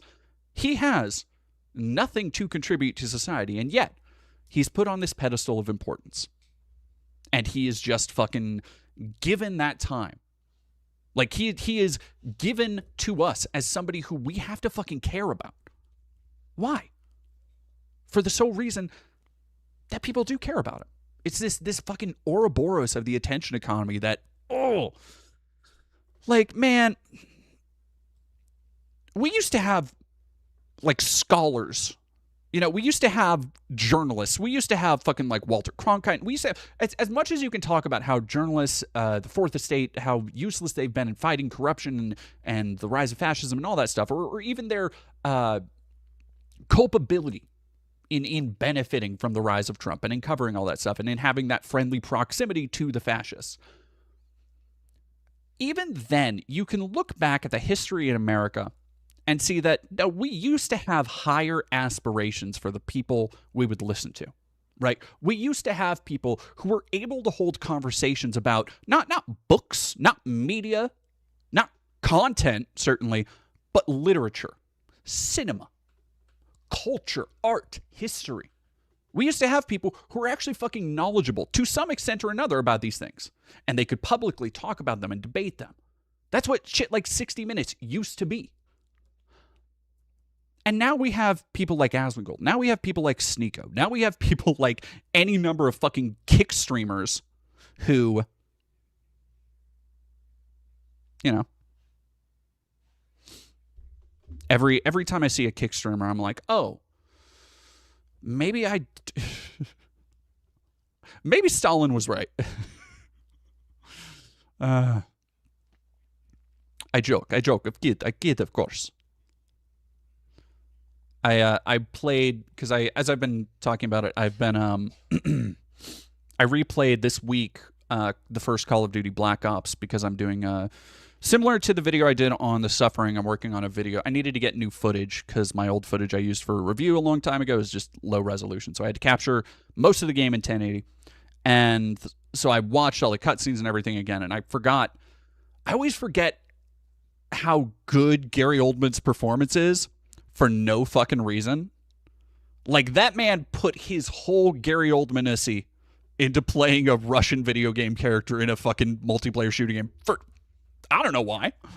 Ed Harris is there too, so is Ice Cube, but fucking Gary Oldman steals the show. But it has me doing like little Russian jokes to myself again, like I used to do in high school, where I used to just like talk in funny voices. Yeah, man. What a game. What a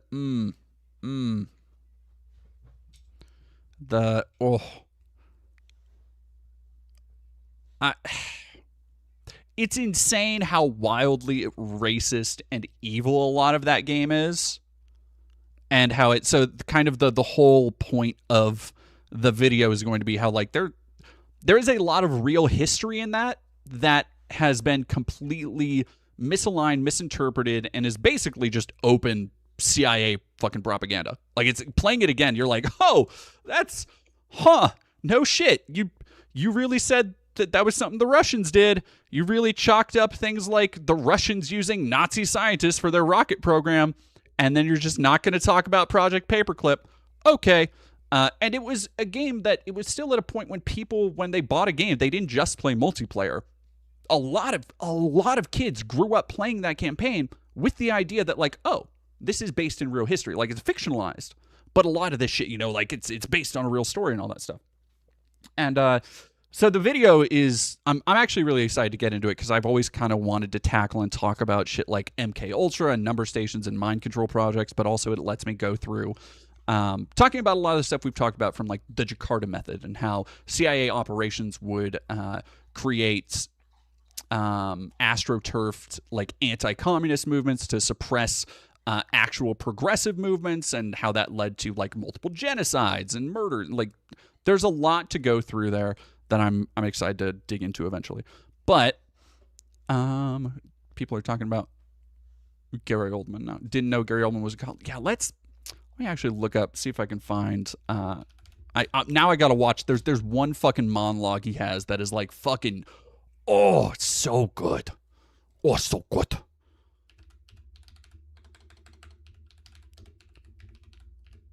Yeah, well, not the speech at Vorkuta. Where's the story? There we are. And also, that game looks fucking insane. That game looks insane for being, when did it come out? 2010, 2011? Yeah, I think it was 2011. No, it was 2010. 16 years old. It's, God, it's one of those fucking games that you look at and you're like, oh, damn, gaming went the wrong fucking way, because like this game still looks good enough to play today and appreciate the graphics, because it has like fucking art design instead of modern Call of Duty shit where it's just like, hey, you know how we just want to make everything completely lifeless but also intensely realistic? Anyway. Jake GB, thank you for $10. The West is a society where engineers and scientists who design nuclear reactors and spacecraft are commanded by Trump or Reagan. What expertise did Reagan ever have? Those childish cowboy movies. Somebody who said it, I think it was a friend of mine who had a really great joke. They were like, nobody ever talks about how Trump is just Ronald Reagan with a fag scent. And that's really funny to me. That was a good one for me. Anyway. Always, this is emotional blackmail, right? And so here is, going back real quick because I want to finish this story before we go to Black Ops. Asmon talking about the emotional blackmail, and you've heard similar lines on this. The suicidal empathy is something they like to hearken to, where it's this idea conservatives love to share of like, if you have empathy for somebody who's suffering, if you would go out of your way to help somebody, you're a fucking idiot. Like that's basically the underlying thing, is that like, if you see a starving woman and child who are migrants from another country, fleeing a war zone, fleeing drug cartels, fleeing violence of any kind, you are an idiot for letting them into your country because white nationalist reasons, basically. Like that's what they're talking about. This emotional blackmail. Look at my fucking chuds, dog. This is like the other day I saw somebody use the phrase. It was some gamer complaining about something in fucking World of Warcraft. Like there was some stupid quirk chungus ass new pet added to World of Warcraft, and it was this grown ass man who, you go to their feed and it's just them talking about trans people and being pissed off about wokeness and people of color and all this other shit. And they're talking about, I can't believe the this stupid Reddit bullshit has infected my comfort game. And I was like, I recoiled from that. I'm like, your comfort game? Look at my chuds, dog. All of these motherfuckers, ever since Trump taught them what gaslighting meant, they've just devolved into the most safe space, fragile, like little walking on eggshells, TikTok therapy speak little bitches. Like, what the fuck are you talking about? World of Warcraft is your safe space? What the fuck are you talking about? Suicidal empathy? Learn what words mean, motherfucker. Like, it's TikTok speak. It's TikTok therapy speak. And they're unironically using it and trying to act like they're the tough guys. Right? These motherfuckers get so mad if they're safe, and literally, that's what it is. They're fucking safe spaces. If there's a trans person, a queer person, a person of color, they fucking shatter. Like, oh, God. Absolute just Weenie Hut Jr. all the fucking way down. Dexter Bunko, thank you for $1.99. Furries in my World of Warcraft? It's more likely than you might think. Jake GB, thank you for $5. Empathy is necessary for every society's survival. Violent competition is the law of the jungle, but cooperation is the law of civilization. Yeah. It's like literally every great society or empire has been built on cooperation to some degree or another. Anyway, here he is. Here is Zach weaponizing the TikTok therapy speak. Right? Well, you can't shoot these people. They have kids with them. Well, then don't bring your kids. If you don't want to get shot, then don't bring your fucking kids. It's really simple. You mean you'd shoot adults and deport the kids, right? Well, I'd shoot whoever. Yeah, I'd shoot whoever. I mean, if it's kids, women, men, anybody. So again, they want to reframe it as, oh no, I was just saying if 60,000 people invade at once, yeah, you should shoot them all. But you can clearly, you hear him saying, like, if suicidal empathy, if there's women or children, just shoot them all. He's not specifying that. He specified after the fact when people called him out. But now he's curious. You just shoot them. They're going to stop coming over. Because if you don't do that, they'll use children and women as shields to get themselves over. And then they'll put more women and children at risk because they know that they can use them as collateral so they can get more of themselves over. That's the way it works. That's the way an animal thinks. And let me see if I can find a louder one, because yeah, it's hard to fucking hear it.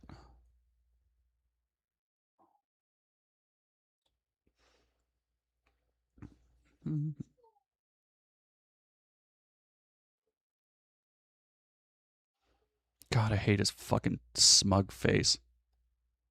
He is so goddamn ugly. Okay, they just don't have any of the fucking actual video of what he said. Actually, I probably shouldn't say this, but like I have started drama with people just because I just was bored. It wasn't even for content or like for thinking about new ways that Yeah, I don't give a fuck. Asmon Gold got banned on Twitch. No, I do not give a fuck about what that dipshit has to say either.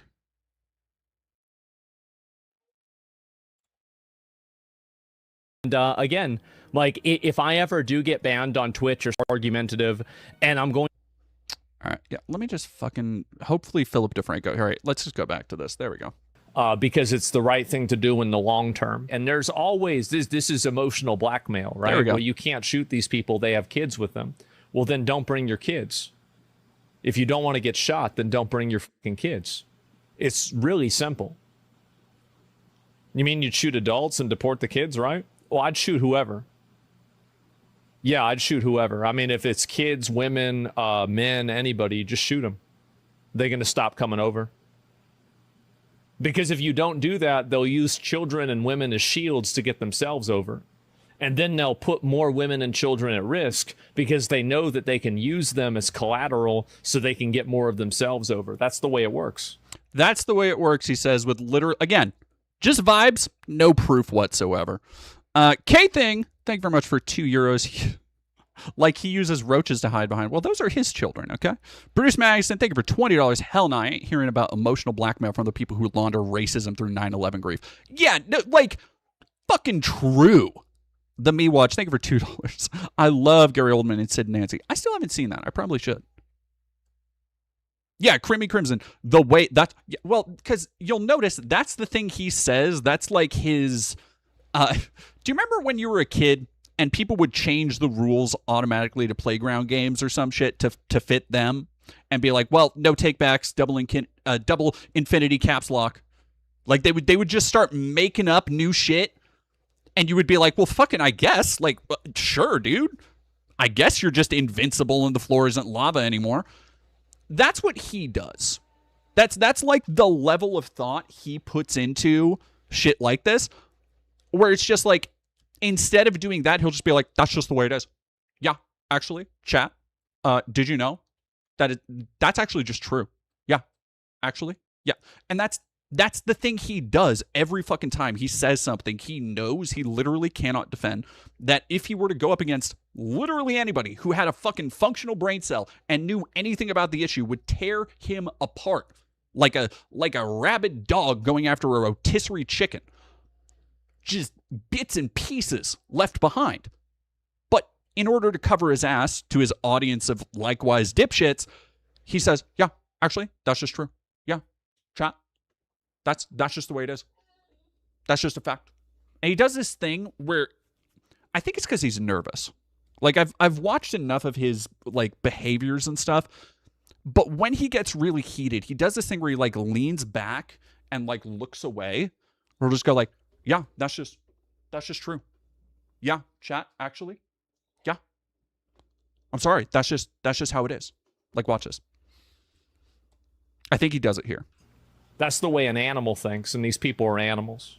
They're savages. He then had to acknowledge that his comments might sound extreme and cold, but he claimed that a country should do whatever is necessary to protect its borders. And again, arguing that by killing all migrants that come over, including kids, it'll stop adults from using children as so-called shields. And then while responding to comments, he added, "You say you shoot kids? Yeah. No, that's. I mean, obviously that's what I said, right? I mean, like that's clearly like. I mean, that's.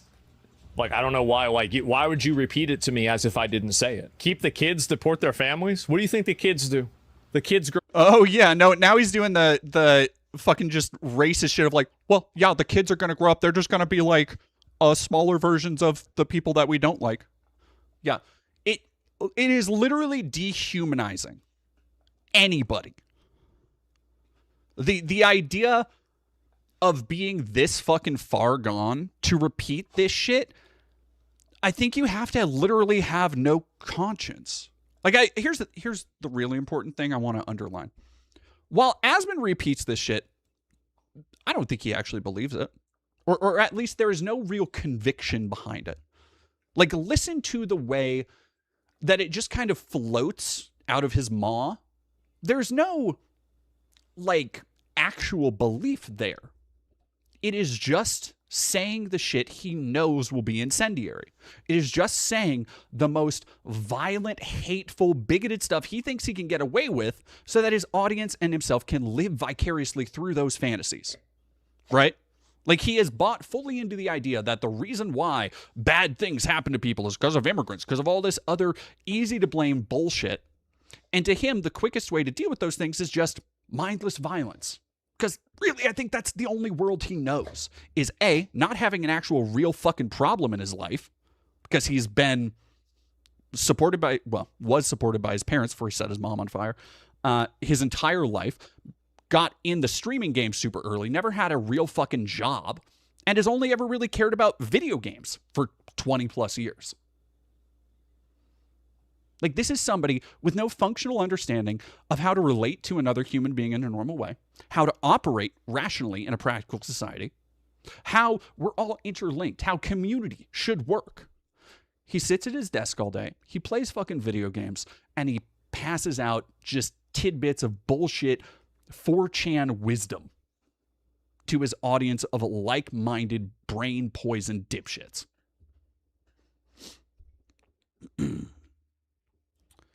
Grow up and they resent you for supporting their families to turn to terrorists. Well, you saw that he had a decent chunk of his audience that he's cultivated supporting this. It also led to a ton of backlash. And so you have people writing things like he was casually dropping genocidal rhetoric and normalizing the murder of women and children, adding still got his fan base on their knees saying dumb shit like he's got a point. No, the fuck he doesn't. Psychopath with a platform. And then even when you had reports breaking that Asmon had been temporarily banned from Twitch, the criticism only grew louder with, Hey, yo, hey, hold on. I didn't know I starred in this. Hey, come on, Philip, you can't fucking, don't go. That was me. What are you doing?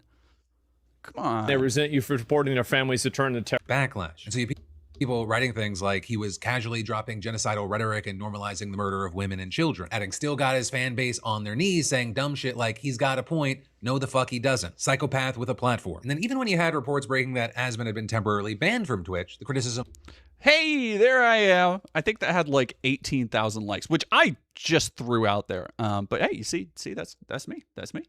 See, chat. That's me on the thing. Yeah, man.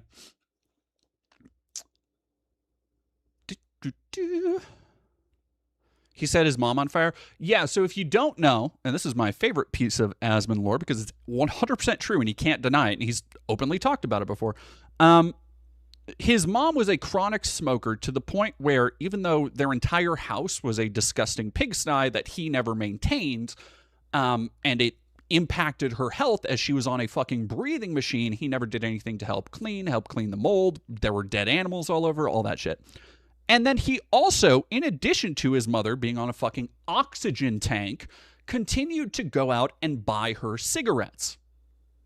Until one day, after buying his own mother cigarettes while she's on a fucking oxygen tank, she lit herself on fire.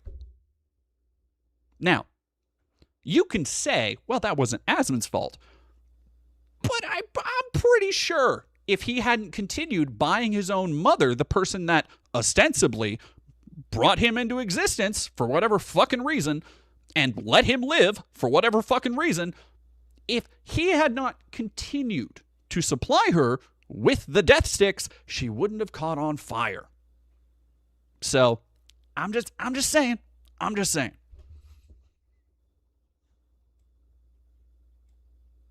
only grew louder with something that those comments, they were so bad that it should be permanent. But then on the other side of this, you saw that his ban sparked outrage for a different reason. One, you had people saying that he shouldn't have been banned in the first place. And two, you had some saying, hey, if Asmon's rhetoric... Okay, by the way, anybody still dragging out the Hassan said America deserved 9/11 thing does not understand, A, the context of what was being said, because if you watch the whole stream in context, it's really hard to deny what he's fucking saying. He's saying it very poorly, something he's apologized for. And by the way, the only reason I fucking know this is because I've been forced to know it, because so many people won't stop talking about it. What he was talking about is blowback, which, yeah, Osama bin Laden and the Saudi plan to hijack planes was born from American intervention in Afghanistan and the Middle East since the fucking 50s. There is blowback. There is the thing about blowback, and when people say blowback, what they're talking about is the repercussions of foreign intervention and colonialist intervention overseas. When you're talking about America, it's so very fucking rare that that shit actually comes home to roost. A lot of times it just continues to spark other conflicts in those regions after we leave. And in the case of 9/11, it is simply the best, and, well, I'm going to get in trouble saying that, but it's the best and clearest example of blowback that comes home to affect Americans. That's it.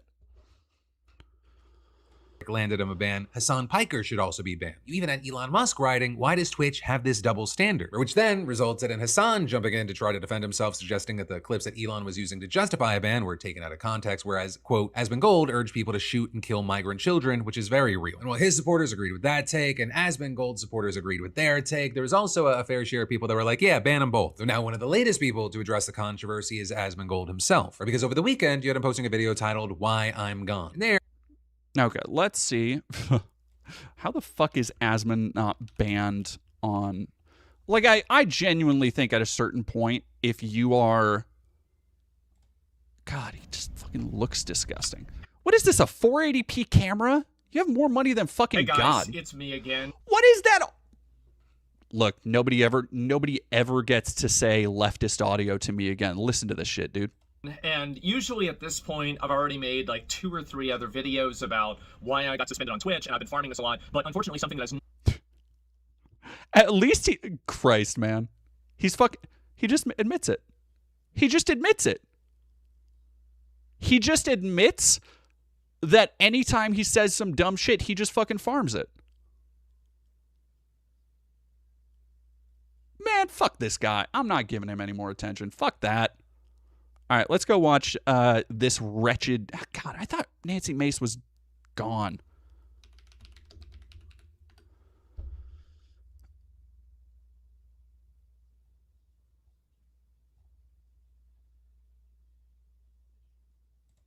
Is she not in office through... Assumed office 2021. Is she not?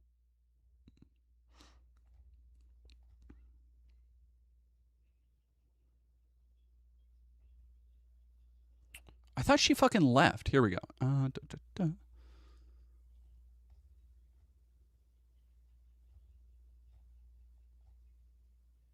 Or am I just thinking of Marjorie?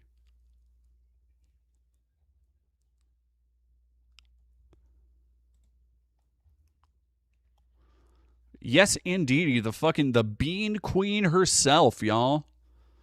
She decided to go get a little bit spicy on air. Let's watch this real quick. So before we go, I want to ask you about something you posted online. A few days ago, Whoops. You wrote... God, her... Look, I know people make fun of her for looking a little bit like the female Titan in Attack on Titan.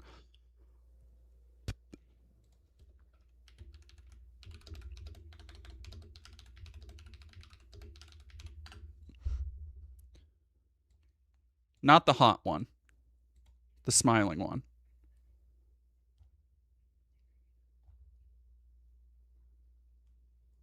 Or is it the smiling Titan? There we go. That's the one.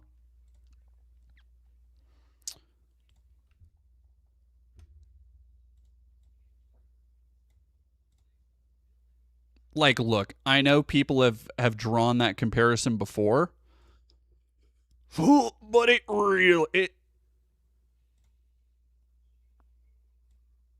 it's not even like, she's not even like kirking it. You know, she's not even like, it's not like there's a lot of gum involved. Like that was always a problem with Charlie, is that too much gums, too many gums. Do we need to watch the infamous clip, that classic Jubilee joint? Look, Jubilee hasn't given us a lot. If anybody can find that one clip, I know you know what I'm talking about. Somebody knows what I'm talking about. The one of the person Charlie smiling at her. If we can watch that, that would make my day. Quote, every single Muslim holding public office. No, Erebus, it wasn't a Marjorie Taylor Greene statue. It was Christy Nome, that fucking profiteering cunt. Kristi Noem is far and away the most evil of the like Republican white women contingent. Truly a just dead-eyed sociopath of a human being. I kind of clocked it in the CPAC video. The first time I saw her speak at CPAC in person when I went undercover there, I was like, oh, like I had a bad feeling, like, god damn it, I'm gonna have to see more of her. And proved right.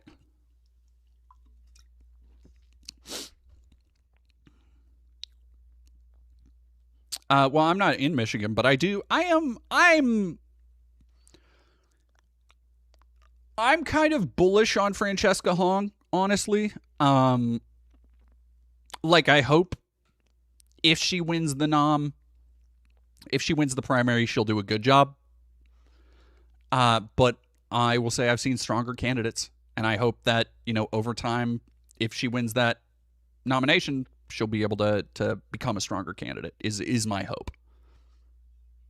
Too much gum, not a good tooth to gum ratio. Thank you, Rise Again, for $2.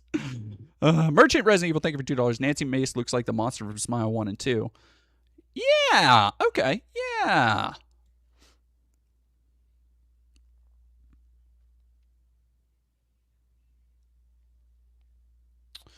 Soup Flamingo, yeah, you should be able to send the link in chat. Office in America is a Trojan horse.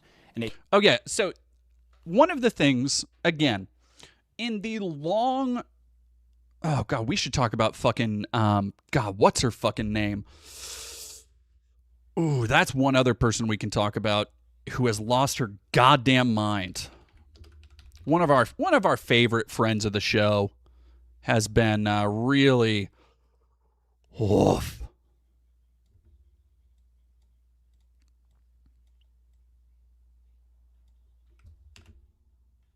Really struggling keeping a grasp on reality, I'm not gonna lie. So yeah, before we get to that, let's all take a moment and watch a classic.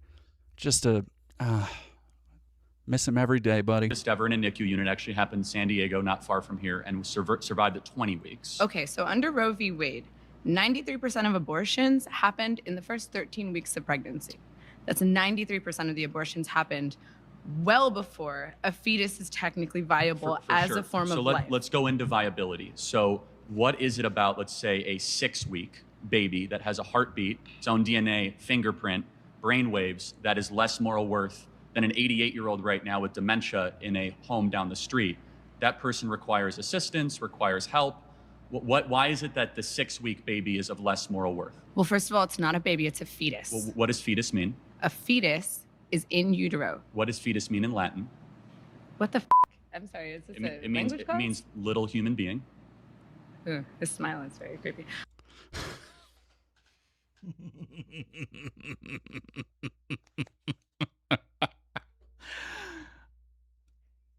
It's a classic. Like, I can't not it. What does fetus mean in Latin? You can't be pedantic like that and then expect people not to fucking dunk on you, dog. So yeah, back to Nancy Mace before we get to the loomer of it all, because I talked about earlier how there is a lot of Islamophobia going around right now. Zoran was kind of the start of it, but El Sayed in particular, a lot of people, and Hassan, have a lot of people really talking about how incompatible Muslims are with American Western life and all that stuff.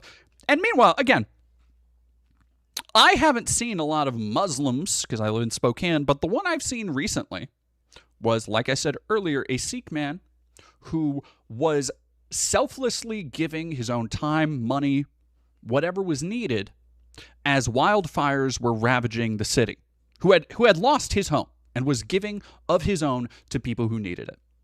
That's what I've seen from the Muslim community recently. On the Christian side of things, on the Christian nationalist, the racist side of things, as I mentioned, over the weekend, I saw the NIFB Church, which I understand is slightly more of an extreme version of Christianity, but advocating for wanting to openly murder trans people, openly murder queer people, talking about how they wanted queer people to come in their church, and Corbin Russell said this, come into our church, and so I can shoot them. I want to. I'm ready. I'll do it anytime.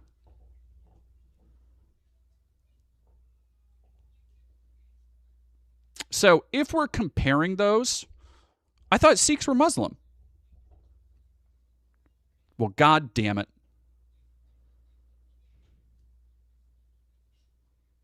Are they not? I thought that was a... Oh, fuck. You know what I'm thinking of?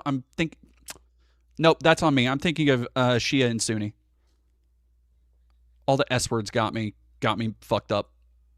That's my bad. No, you're right. I would say, in my defense, it still is 1 point in my favor on the like immigrants are good for society, but point taken, not Muslim. Hindu, fuck. You're fucking right. God damn it. That's my bad.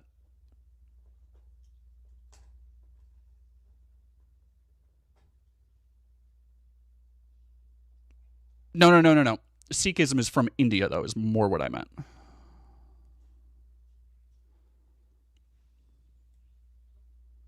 All right. Dexter Bunko, thank you for $5. We're just canvassing for Hong this afternoon. Exciting campaign. There are challenges, but all other Dems are utterly feckless. Congratulations. Well, I mean, I guess thank you. What is this about militias? Oh, fuck. We didn't talk about... Oh, no, I couldn't talk about that because there was a paywall. I will try and work out that paywall so I can bring the story there in a moment. Next time. Namia, thank you for $10. Also, High Linguist here, he was wrong about fetus. Set aside how words change over time. In Latin, fetus could mean baby, but it generally meant something produced, including veggies and fruits. That sounds about right. Sikhism is its own brand of Hinduism, but it's aesthetically similar, and they wear turbans. And I promise I did not think they were Muslim because of turbans. I want to say that's not what I was thinking. Oh, God. Oh, sorry, lady. I'm sorry, baby. I just knocked over a cup onto her.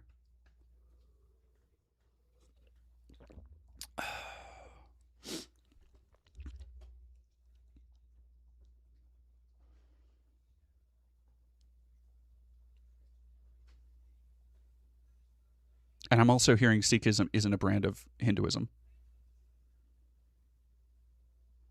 All right, so apparently I got to do some reading on Sikhism before I talk on it next.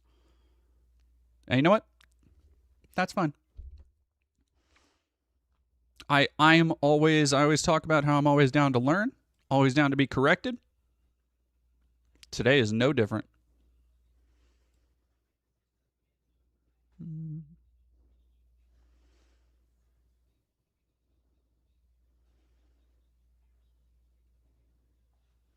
Well, and okay, and now we're talking, who's talking about Modi? You should not tell a Sikh they are Hindu either. Many Hindus will say they are. Those Hindus also tend to say Modi is cool and base. When it comes to India and Indian politics and just Southeast Asian politics in general, that is something that I need to learn a lot more about because holy fucking shit, there are a lot of if you think Israel-Palestine has a long history of back and forth and all that shit, there is so much more and so many more groups around that area. And I do not claim to have any kind of operating knowledge on it, straight up. What books are you reading? I'm about to finish Grapes of Wrath. I've been kind of slow on that because I've been writing a lot lately. What was the other thing? I want to get to... Oh, that nonviolent stuff will get you killed. I got a decent way into that. I want to go back and finish it. And this is the title is for a reason. But The Delectable Negro is another one that I have that is... It's heavy. It's fucking heavy reading, I'm not going to lie. But that is another one that I want to read with that. And what was the other one? Oh, yeah, I got Fall of Reach. Fall of Reach, which I haven't read since... Because I've been in kind of a Halo kick. I'm kind of getting out of it now. But I haven't read the Halo books since... middle school, high school. It's been a fucking minute. And I remember Fall of Reach being pretty good. People still swear by it, so I'm hoping that scratches an itch that the last Warhammer book I read didn't quite scratch. Because I read, what was the other one? I read the first like Gaunt's Ghost book, and then I went through a big like Kafka phase last year, and then the second one I read was Cadia Stands, and that was fine. Cadia is fine. I haven't found a Warhammer book that like I really, really fucked with, and I think I will at some point because I like the universe from what I've read about it. I'm not a big Warhammer head, but I like some of the stuff. But some of that stuff is it's well written, but it can be very one note. It's very lot of people caring about honor and a lot of fucking attention to like religious politics and stuff, and I'm just like, I don't fucking know, man. Nehemiah, thank you for $5. While we're in a learning mood, perhaps we could watch that video. I think we are almost to the end of the stream today, but I will keep that on the docket for next time. So don't let me forget about it. Worship with the Olympians, thank you for $10. Why is militia mentioned in the title for the stream? We were going to talk about some Christian militias, but the reporter who had that was behind a paywall on a Substack, so I didn't check that first because I wanted to kind of go into it fresh, and that's on me. I'll try and figure that out for next time.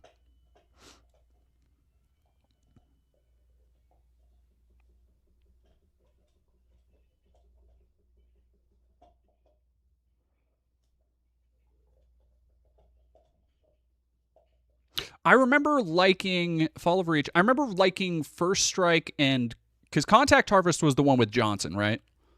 That was the one talking all about him and the Spartan program. I remember liking that one. I don't think I ever read Ghost of Onyx, and I think The Flood I did read, but I was like, if I remember right, The Flood was basically just like the first game novelization. Marva Andor, thank you for $4.99. Oh, Run, Hide. Okay, yep, that's what we got to end on. We still got a couple things to go through, but yeah, let's end on the Run, Hide, Fight Infidels cover. Whatever. Nancy Mace is a racist bitch. Who cares? Let's just go in order here, because I got to talk about... I talked up Gary Oldman a little bit. We got to fucking look at this shit. Because, again... This game came out 16 years ago. So when you need Sassy Sasa, who's the reporter for the militia thing, it's a Substack from Christian Nightmares, Christian Nationalist Nightmares, I think, is the account. You can go find them on Twitter and follow them. Does reading Invincible count as a book? I mean, I wouldn't say so. I don't know. I think that's $10. Thank you very much, Worship the Olympians, and embrace militia building. I mean, hey, the left having a militia, a well-regulated one, might not be the worst thing in the world. PSG Galson, thank you for following. Oh, and yeah, thank you. I wish lefties would build militias. I mean, it's a constitutionally protected right. It's a constitutionally protected right. I don't think it's Fed posting to say we should have militias. Uncle Simric, thank you for $5. For $40K, try the Caiaphas Cain novels. They're funny. He's the worst commissar ever. I will... Caiaphas Cain. Yeah, because like Ibram Gaunt is... I don't know. That first Gaunt's Ghost book was like really... It was really well written, but... some of 40K, I have an issue with how cool the characters need to be and how badass they need to be, to the point where everybody who talked to Ibram Gaunt was just like, ah, yes, Ibram Gaunt, I have heard tales of how big your dick is and how you can just fight 10 men one-handed. And it's like, no, I get it. He's a badass, but like, come on.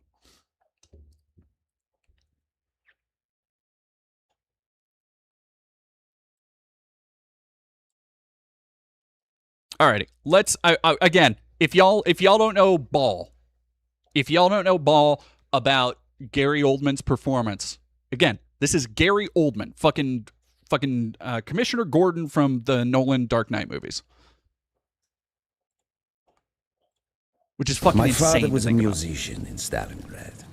During the German occupation, the sound of his violin filled the air with magnificent music. Korsakov, Stasov, many of the great nationalist composers. To my countrymen, it was a symbol of hope. To the Germans, it was a symbol of defiance. Even now, his music still haunts me. The Nazis slit his throat while he slept. Collaborating with any Nazi is a betrayal against all of Mother Russia. Dragovich, Khrushchenko were not troubled by such matters. They look only to advance their own interests and agendas. The men and I have fought through the most bitter of winters on the Eastern Front. We were no strangers to cold. And even now, the blood in my veins chills when I think back to the events of that day. And Marva Andor, I am writing that down. Rohan Davis has great information about India. I went through I don't want to even say like a Bollywood phase, because it was Bollywood, but there was also like cinema from Pakistan. They don't do it at my local theater anymore, but 2 or 3 years ago, they had it was like for a couple months, almost every week, they had a different Bollywood movie. And I saw, what did I say? I saw KGF. I think it was KGF 2. Is it KGF? Fucking A. Yep. My boy, Ricky Bhai. Rocky Bye, let's fucking go. Oh, what a picture. I make no claims about the political affiliation of that movie, by the way, because it became very clear watching a bunch of those movies that like, oh, I know literally nothing about the political makeup of that region. And like, because I ended up watching, like, I don't know, there were some musicals, there were some comedies that weren't very good. And then there were like 1 or 2 like dramas, like war thrillers, and I was like, I don't know if I can I don't know if this is just propaganda. I'm not sure. I don't know. Bollywood's not a racist term.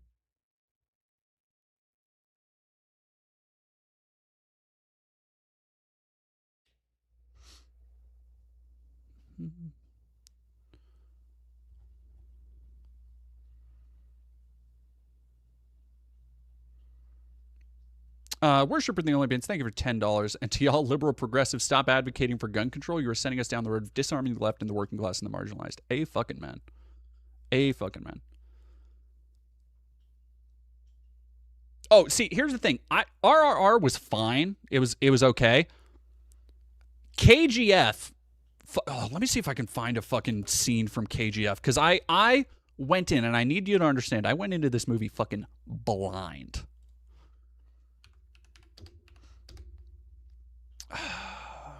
Entry scene. I went into this blind, and when I saw this scene, I was like, "Oh, okay, I gotta lock the fuck in for this, because this is serious business." KGF ನಲ್ಲಿ ಗರುಡನ್ ಸಾಯಿಸಿದ ಮೇಲೆ ಮುಂದೇನಾಯ್ತು ನೀವು ಓದ್ತೀರಾ? There we go. This is just for one dude entering a room, by the way. That's the level of cinema we're opening in a theater. Again, I went into that like 3.5 hour film fucking blind, and I was like, I leaned for, like, I was like, okay, no, we gotta lock in. This is real shit. It's still a movie I greatly enjoyed, by the way. Jake GB, thank you for $10. Agreed it. As a leftist gun owner, I'm personally fine with universal background checks, safe storage laws, mandatory safety class, and red flag laws. I am against so-called assault weapons bans, however. I would agree. I would agree with that, I think. I think the biggest problem with weapons is the fact that we have, like, such little oversight on them. Did I say Monkey Man? I did. I liked Monkey Man quite a bit, actually. But yeah, back to I gotta finish this shit because if y'all don't know Ball, the work Gary Oldman was putting in here, legendary. From home, Dmitry Petrenko was one of the bravest men I had ever known. He fought by my side from the siege of Stalingrad to the fall of Berlin. The wounds he sustained, ensuring our victory, should have earned him a hero's welcome to Russia. But Stalin had little need for heroes. He's in! Frederick Stein. Do not point that weapon at me, Russian dog!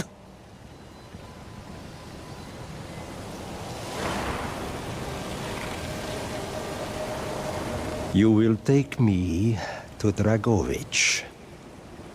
As I looked into the German's eyes, I saw all the evil of the fascist Reich still burning strong. At that moment, every fiber of my being yearned to put an end to his wretched life. But I was a soldier then. I still believed in orders.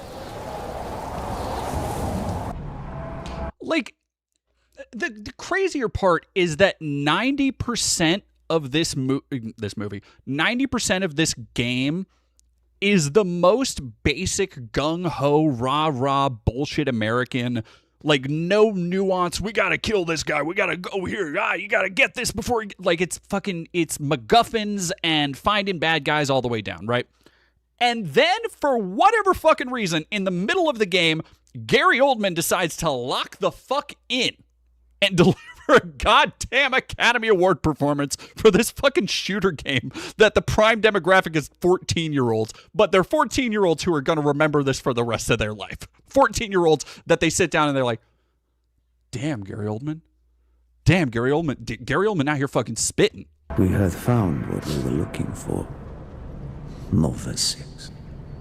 The German weapon of mass destruction now belonged to Mother Russia.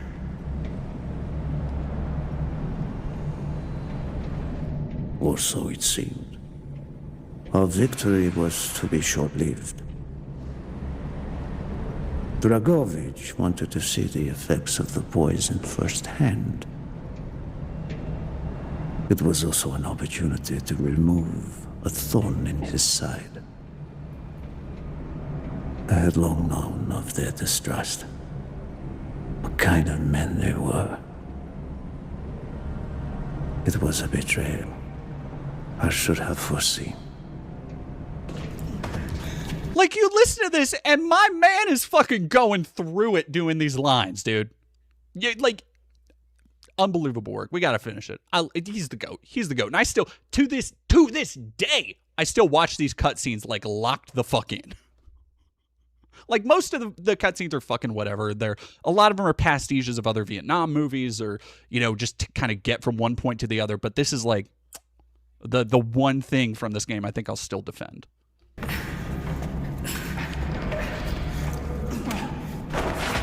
One second. Dmitry Petrenko was a hero. He deserved a hero's death. Instead of giving his life for the glory of the motherland, he died for nothing. Like an animal.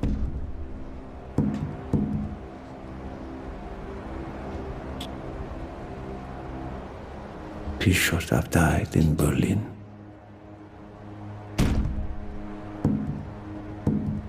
As I watched my closest friend die, it became clear we were not the only ones seeking the German weapons. The Western allies circled like vultures.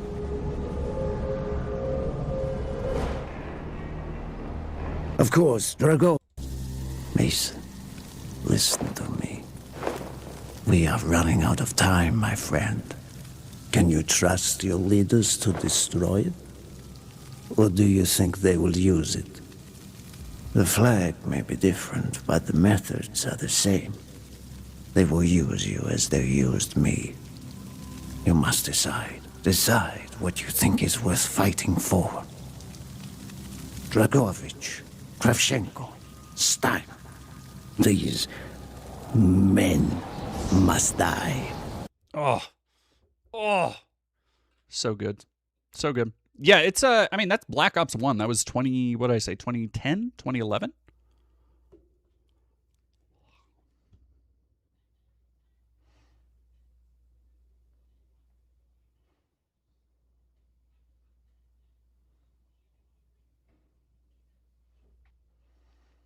I can almost guarantee whoever's in the chat is just trolling, so just ignore them. Well, fuck, we gotta go through the Laura Loomer shit. Well, I don't even we gotta go through that much Laura Loomer stuff.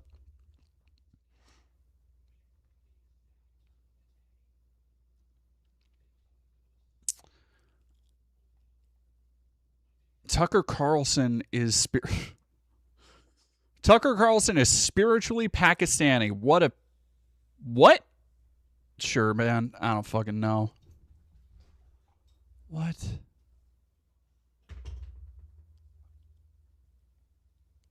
Oh, this has all been today.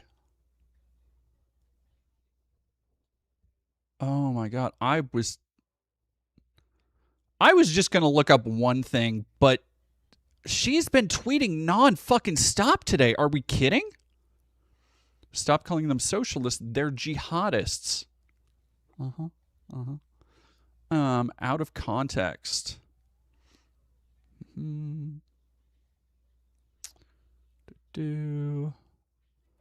She just still going.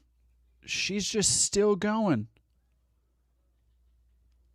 Lord in heaven. I was looking for one specific tweet where she talked about like some of the most evil shit ever, but I don't know if I'll be able to actually find it.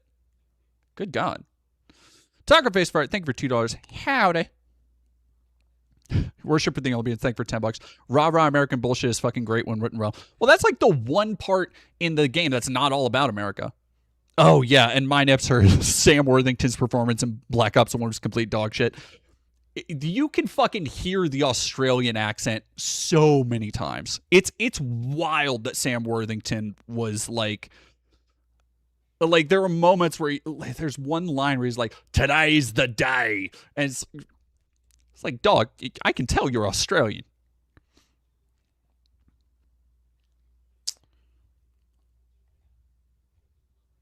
Yeah.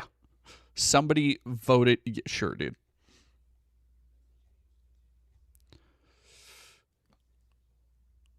Traumatizing for many of us. Here we go.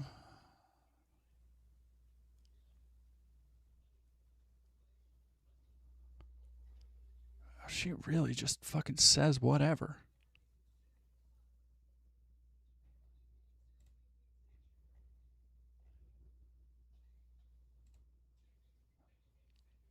Someone has to speak the truth.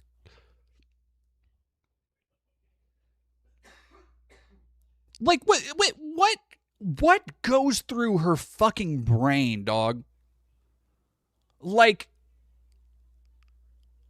AOC has been engaged to her man for 4 years. If he wanted to get her pregnant, he would have by now. Someone should tell her this. Who stays engaged for 4 years and then freezes their eggs while they're engaged? Would have been easier to get married after getting engaged for 1 year and then have a baby. What? I just wanted to get to one tweet, dude, and she is making it so fucking hard. Yeah, there we go. Here we go. Sneeko, which, again, how fucking bonkers are we that Sneeko comes out of this interaction looking good? What are we doing? What are we doing here? He said, this looks like Laura Loomer. She says, looks more like the aftermath of a successful IDF mission in Gaza, but what do I know? And she tagged the IDF. So if you had, after that, any illusions about her being averse to just murdering innocent children, by the way, Jackson fucking Hinkle, the CIA op, You know him. You hate him. Saying, again, comparatively, look at the people, look at the level of people, the quality of people looking at fucking Laura Loomer being like, God damn, what a cunt. It's fucking Sneeko and Jackson Hinkle. That's where even those motherfuckers are looking over her like, she's fucking unhinged. Are you seeing this shit? To which Laura Loomer replied, woohoo, let's go, IDF. I love it when the IDF neutralizes Islamic terrorists. I will never not love a news report about dead jihadis. I love how sad it makes Sneeko and Jackson Hinkle, two traitors to America who expose their support for terrorism every time they open their mouths. She said something else about that. She's been going off. She has the Hassan derangement syndrome real bad right now. Maybe she deleted it and put it back because she did say something about how. Here we go. Yeah, Evan loves Worf's Sneeko, you're ugly. Laura Loomer, I like it when innocent people die. And her response, innocent to. There are what we last looked. It was about 60,000 children either dead or injured in Gaza from IOF attacks. Her response to that is, your Islamic propaganda of telling people that people in Gaza are innocent might work on the type of person who votes for third world Muslim communists to ruin their state, but it won't work on me. And listen to this shit, by the way. Nobody in Gaza is innocent. To be honest, these people have given me major fatigue. I don't like them. I don't care about them. I'm tired of hearing about them. I have Islam fatigue. I just don't care. I just don't care that these people and their terrorist causes. About these people and their terrorist causes. Gaza is an open-air terrorist breeding camp. People really shouldn't dish it out if they can't take it back. Genuinely. Just a fucking cunt.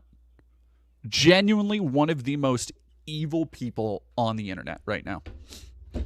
Somebody who is like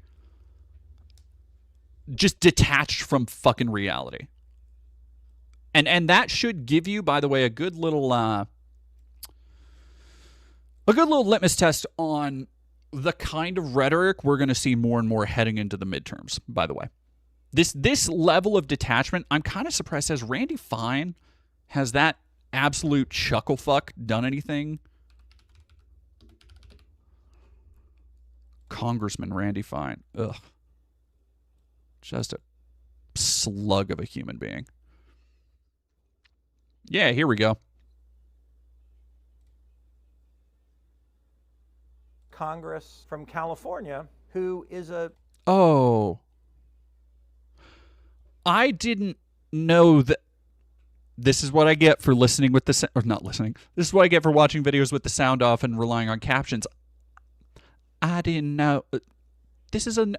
Did the ghost of Lindsey Graham fucking take over his vocal cords? What is with all of these just namby-pamby, effete little... we're not going to let people come over here and ruin our, like, American way of life. Refugee. So we saved her from where she was from. Like, had to come to America, gonna die where they were from. You would think that would create some appreciation. Is Randy... I don't think Randy Fine is even Jewish.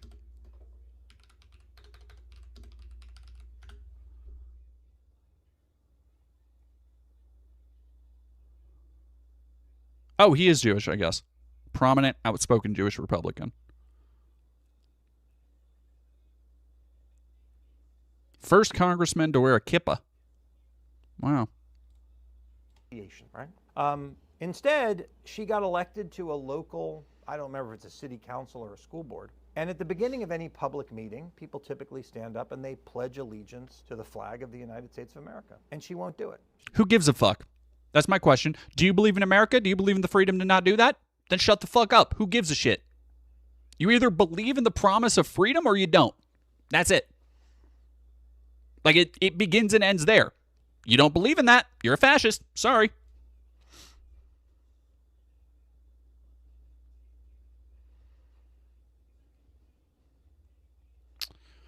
Fighting in Washington. Jesus Christ. Oh, man. Democrats support Hamas sympathizers. that when you tell the American people, they say no one can actually believe in these things. They won't disabuse themselves of Hamas. They want to defund the police. They want an open border. They want socialism. Frankly, they want communism. And we just need to tell that story over and over and over again. Because it's going to be, I mean, that is quite literally, that's the narrative. That's the game plan. They're laying it all out right there. They said it. The idea of, we just need to keep saying that, hammering on them being communists and socialists over and over and over. I would love to have anybody catch him on camera and asking him, hey, Randy. Hey, Randalls. Randy, baby. Rand, buddy. Randy, little spaniel. What is your definition of communism or socialism, perchance? I just want to know a little bit what he fucking thinks about that shit. Because I guarantee it would be an all-timer clip. An all-timer. No, you're right, Silas the Raccoon. You're right.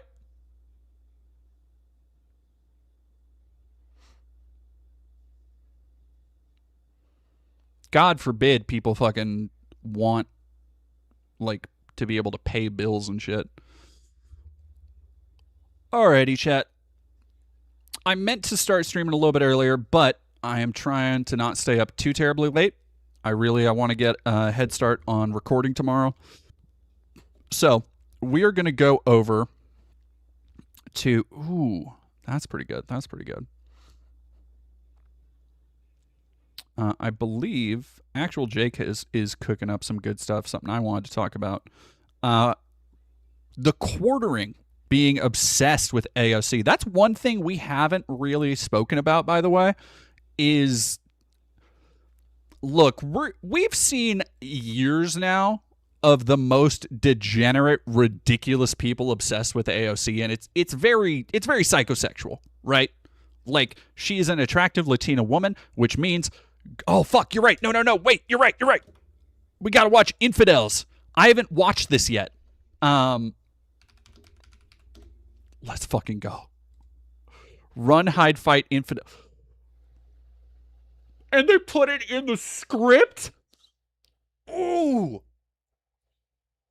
I think it's September 16th, September 13th. I am so excited for this.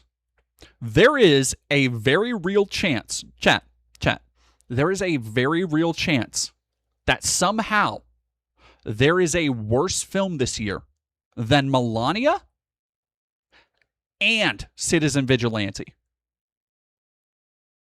I might have to do like a top 10 this year. It's been fucking rough. Look, there's been a lot of good shit, but man... Whoo, buddy. It's, So this is, if you don't know, this is Jonathan Majors, who, before he was exposed for being a woman-beating piece of shit, a sexual assaulter, rapist, abuser, before he was exposed as that, he was going to be the face of the Marvel Cinematic Universe. He was meant to be the big villain. The next Thanos they were building him up to. And they had to fucking kick that to the curb and call in Robert Downey Jr. over this.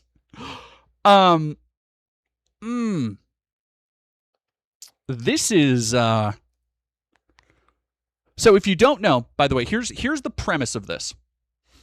The premise is basically all the mania that people like Randy Fine, like Laura Loomer, like Ben Shapiro love to fearmonger about. The idea of a pro-Palestinian encampment on a college campus being overtaken by jihadis.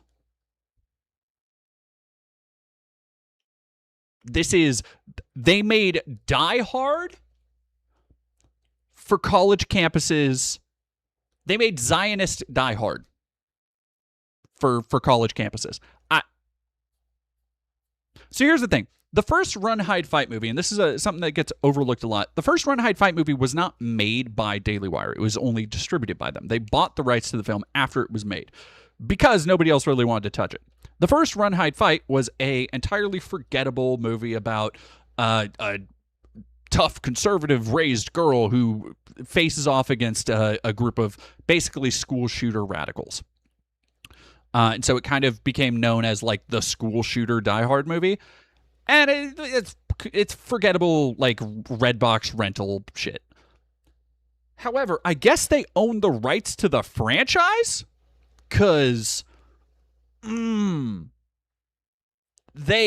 went hard in the paint. Apparently, this is the fucking movie Benny Shaps has been wanting to make for years.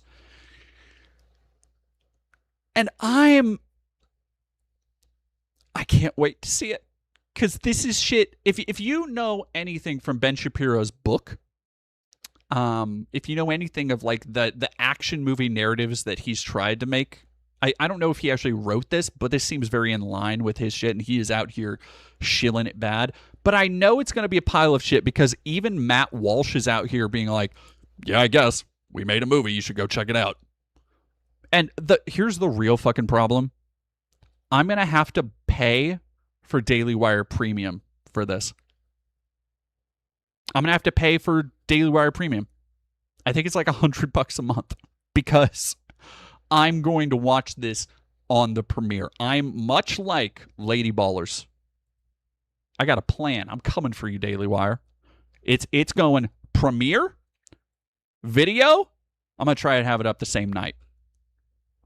It's round 2 because for me and Daily Wire, this shit is personal.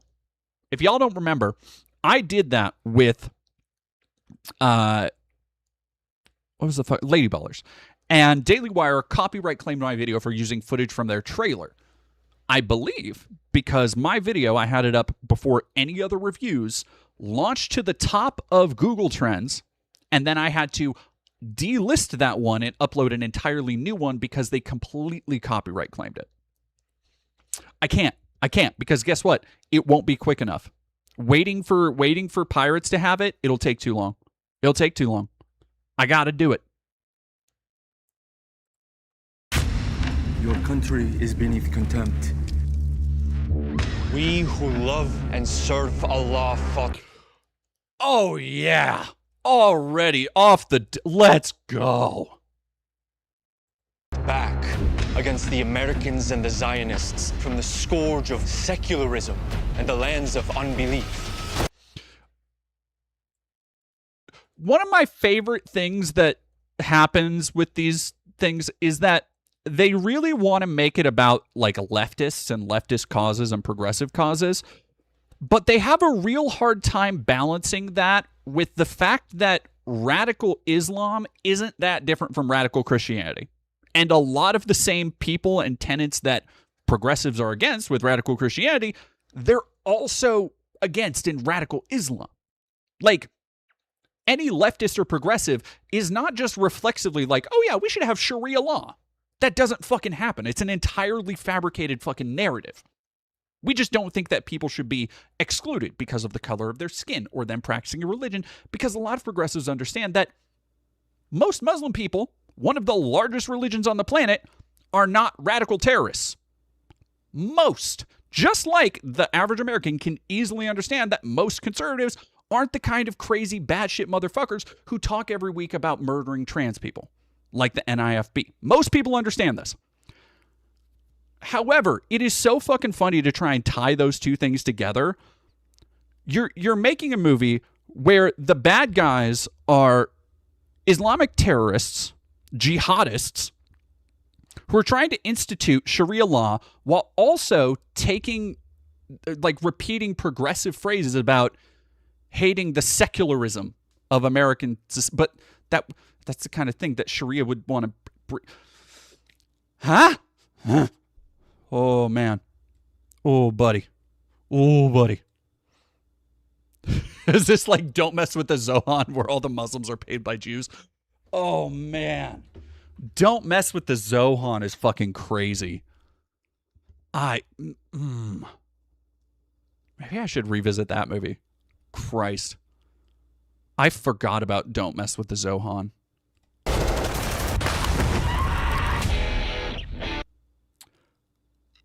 Why is okay? That was supposed to be like a scary riff. One of the things I really really love about conservative movies is they have no hand. They understand what a movie technically should look like, but it's almost like AI, where it's like they don't get how tone should come across. So like that horrifying scene, yeah, exactly. Cruise control for cool. Then cutting into like a fucking like a riff from an establishing shot and like a Scream knockoff. Like this is fucking Soul Survivors or Urban Legends. Anyone gonna listen to Captain Saunders tomorrow? The retired Delta Force soldier with a new book out. He's the polar opposite of those brain-dead protesters. Give him the Oh yeah, man. Oh hell yeah, dude. Current climate. Should Clay Saunders even be allowed on campus? Mr. Saunders is a close personal friend of Chancellor Friedman. This is a decision I cannot flank. There are 3 ways Islam will conquer the West. Through immigration, through the wombs of our women. I forgot about that. I had seen somebody talk about that.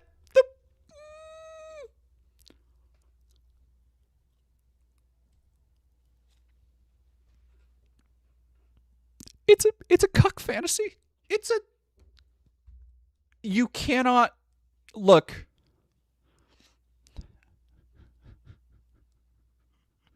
I was going to say you can take the cuck out of the cuck conservative, but you apparently can't.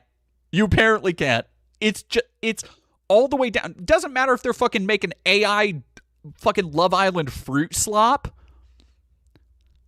Motherfuckers are going to have a cuck fantasy, and there's just not. We just got to live with that.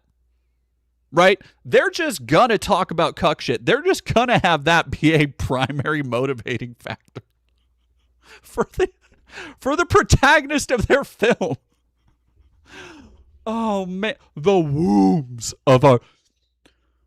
I can't, man. Islam is coming for the wombs of our white women.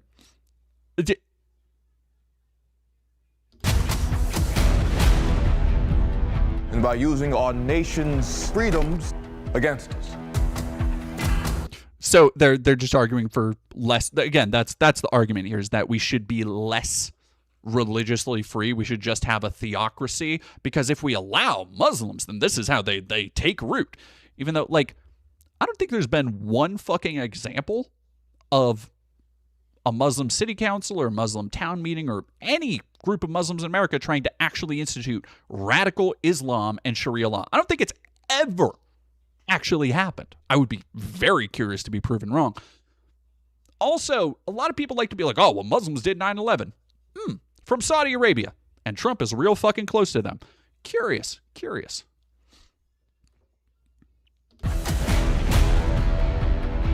Are you paying attention? Wait, hold up. Dog, is that... Am I crazy, or is there aliasing on the fucking lettering here? Maybe that's just that might just be a resolution thing. Are you paying attention?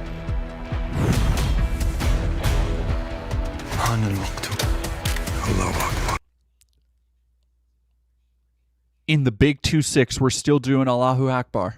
Really? We're still doing Allahu Akbar with the fucking, like, this shit was tired with Team America. Like, this is some Ahmed the Dead terrorist shit. And is that a fucking M60, dog? What do you fucking mean?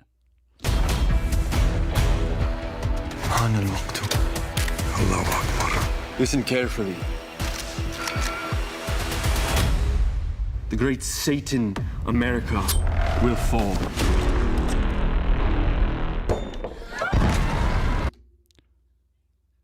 They just... Oh, wait. Hold the fuck up. They had to CGI those explosions because, look, nobody fucking moves. Let me see that shit. All right, I'm gonna slow that down.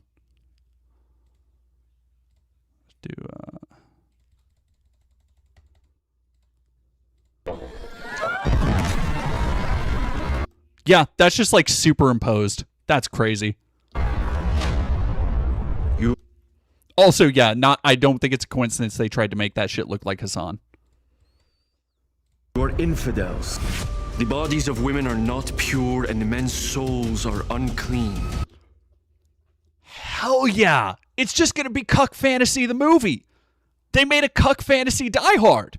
Cuck Hard. What makes them so dangerous? Their goals are not in this life. Just cheese. Also, the idea of trying to, like, on one hand, it's just blatantly disgusting, right? Like, this is just blatant, open racism, violence, advocating violence against an entire ethnic group and an entire religious minority. However, there is an additional layer of disgusting when you consider that a mass amount, a wide majority of school shooters on college campuses have been aligned with or influenced by conservative ideology. Like, this is that shit that I was talking about with Black Ops, where it's taking something that happened but then trying to blame somebody else for it and then using that as fucking propaganda, right? The idea that you are having, here's a movie about a school shooting, but it's the Muslims doing it. And it's like, okay, but hey, Ben, what about, wasn't there a,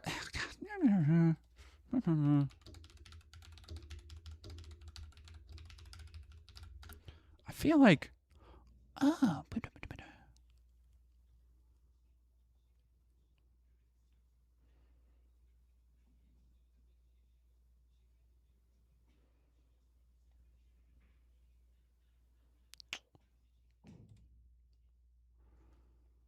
interesting. 3 years ago, when a white supremacist fanatic killed dozens in El Paso, Texas, the reaction from the right was unreserved condemnation. When another white supremacist killed 10 people at a supermarket in a black neighborhood in Buffalo, the reaction from some figures on the right was to acknowledge the guy had a point about the whole replacement thing. Large sections of the manifesto attributed to the Buffalo shooter were plagiarized from the writings of perpetrator of another racist massacre in Christchurch, New Zealand. Oh, fuck off with the paywall. Kellyanne Conway. People should read the New Zealand mosque shooter. Crazy. Yeah, Ben Shapiro linking conservative media to El Paso shooter as a conspiracy theory. I'm sure, buddy. I'm sure. I fucking hate how I have to pay for every website now. But the next. Anyone? I got friends here. I can't just leave.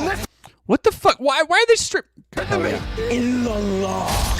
We cannot run or hide from what is coming. We have to fight. He said the thing. Oh, that's fucking crazy. That's crazy. I will be rewarded 10,000 times in the next life. When you die, you're nothing. Only one way to find out. That's the American way.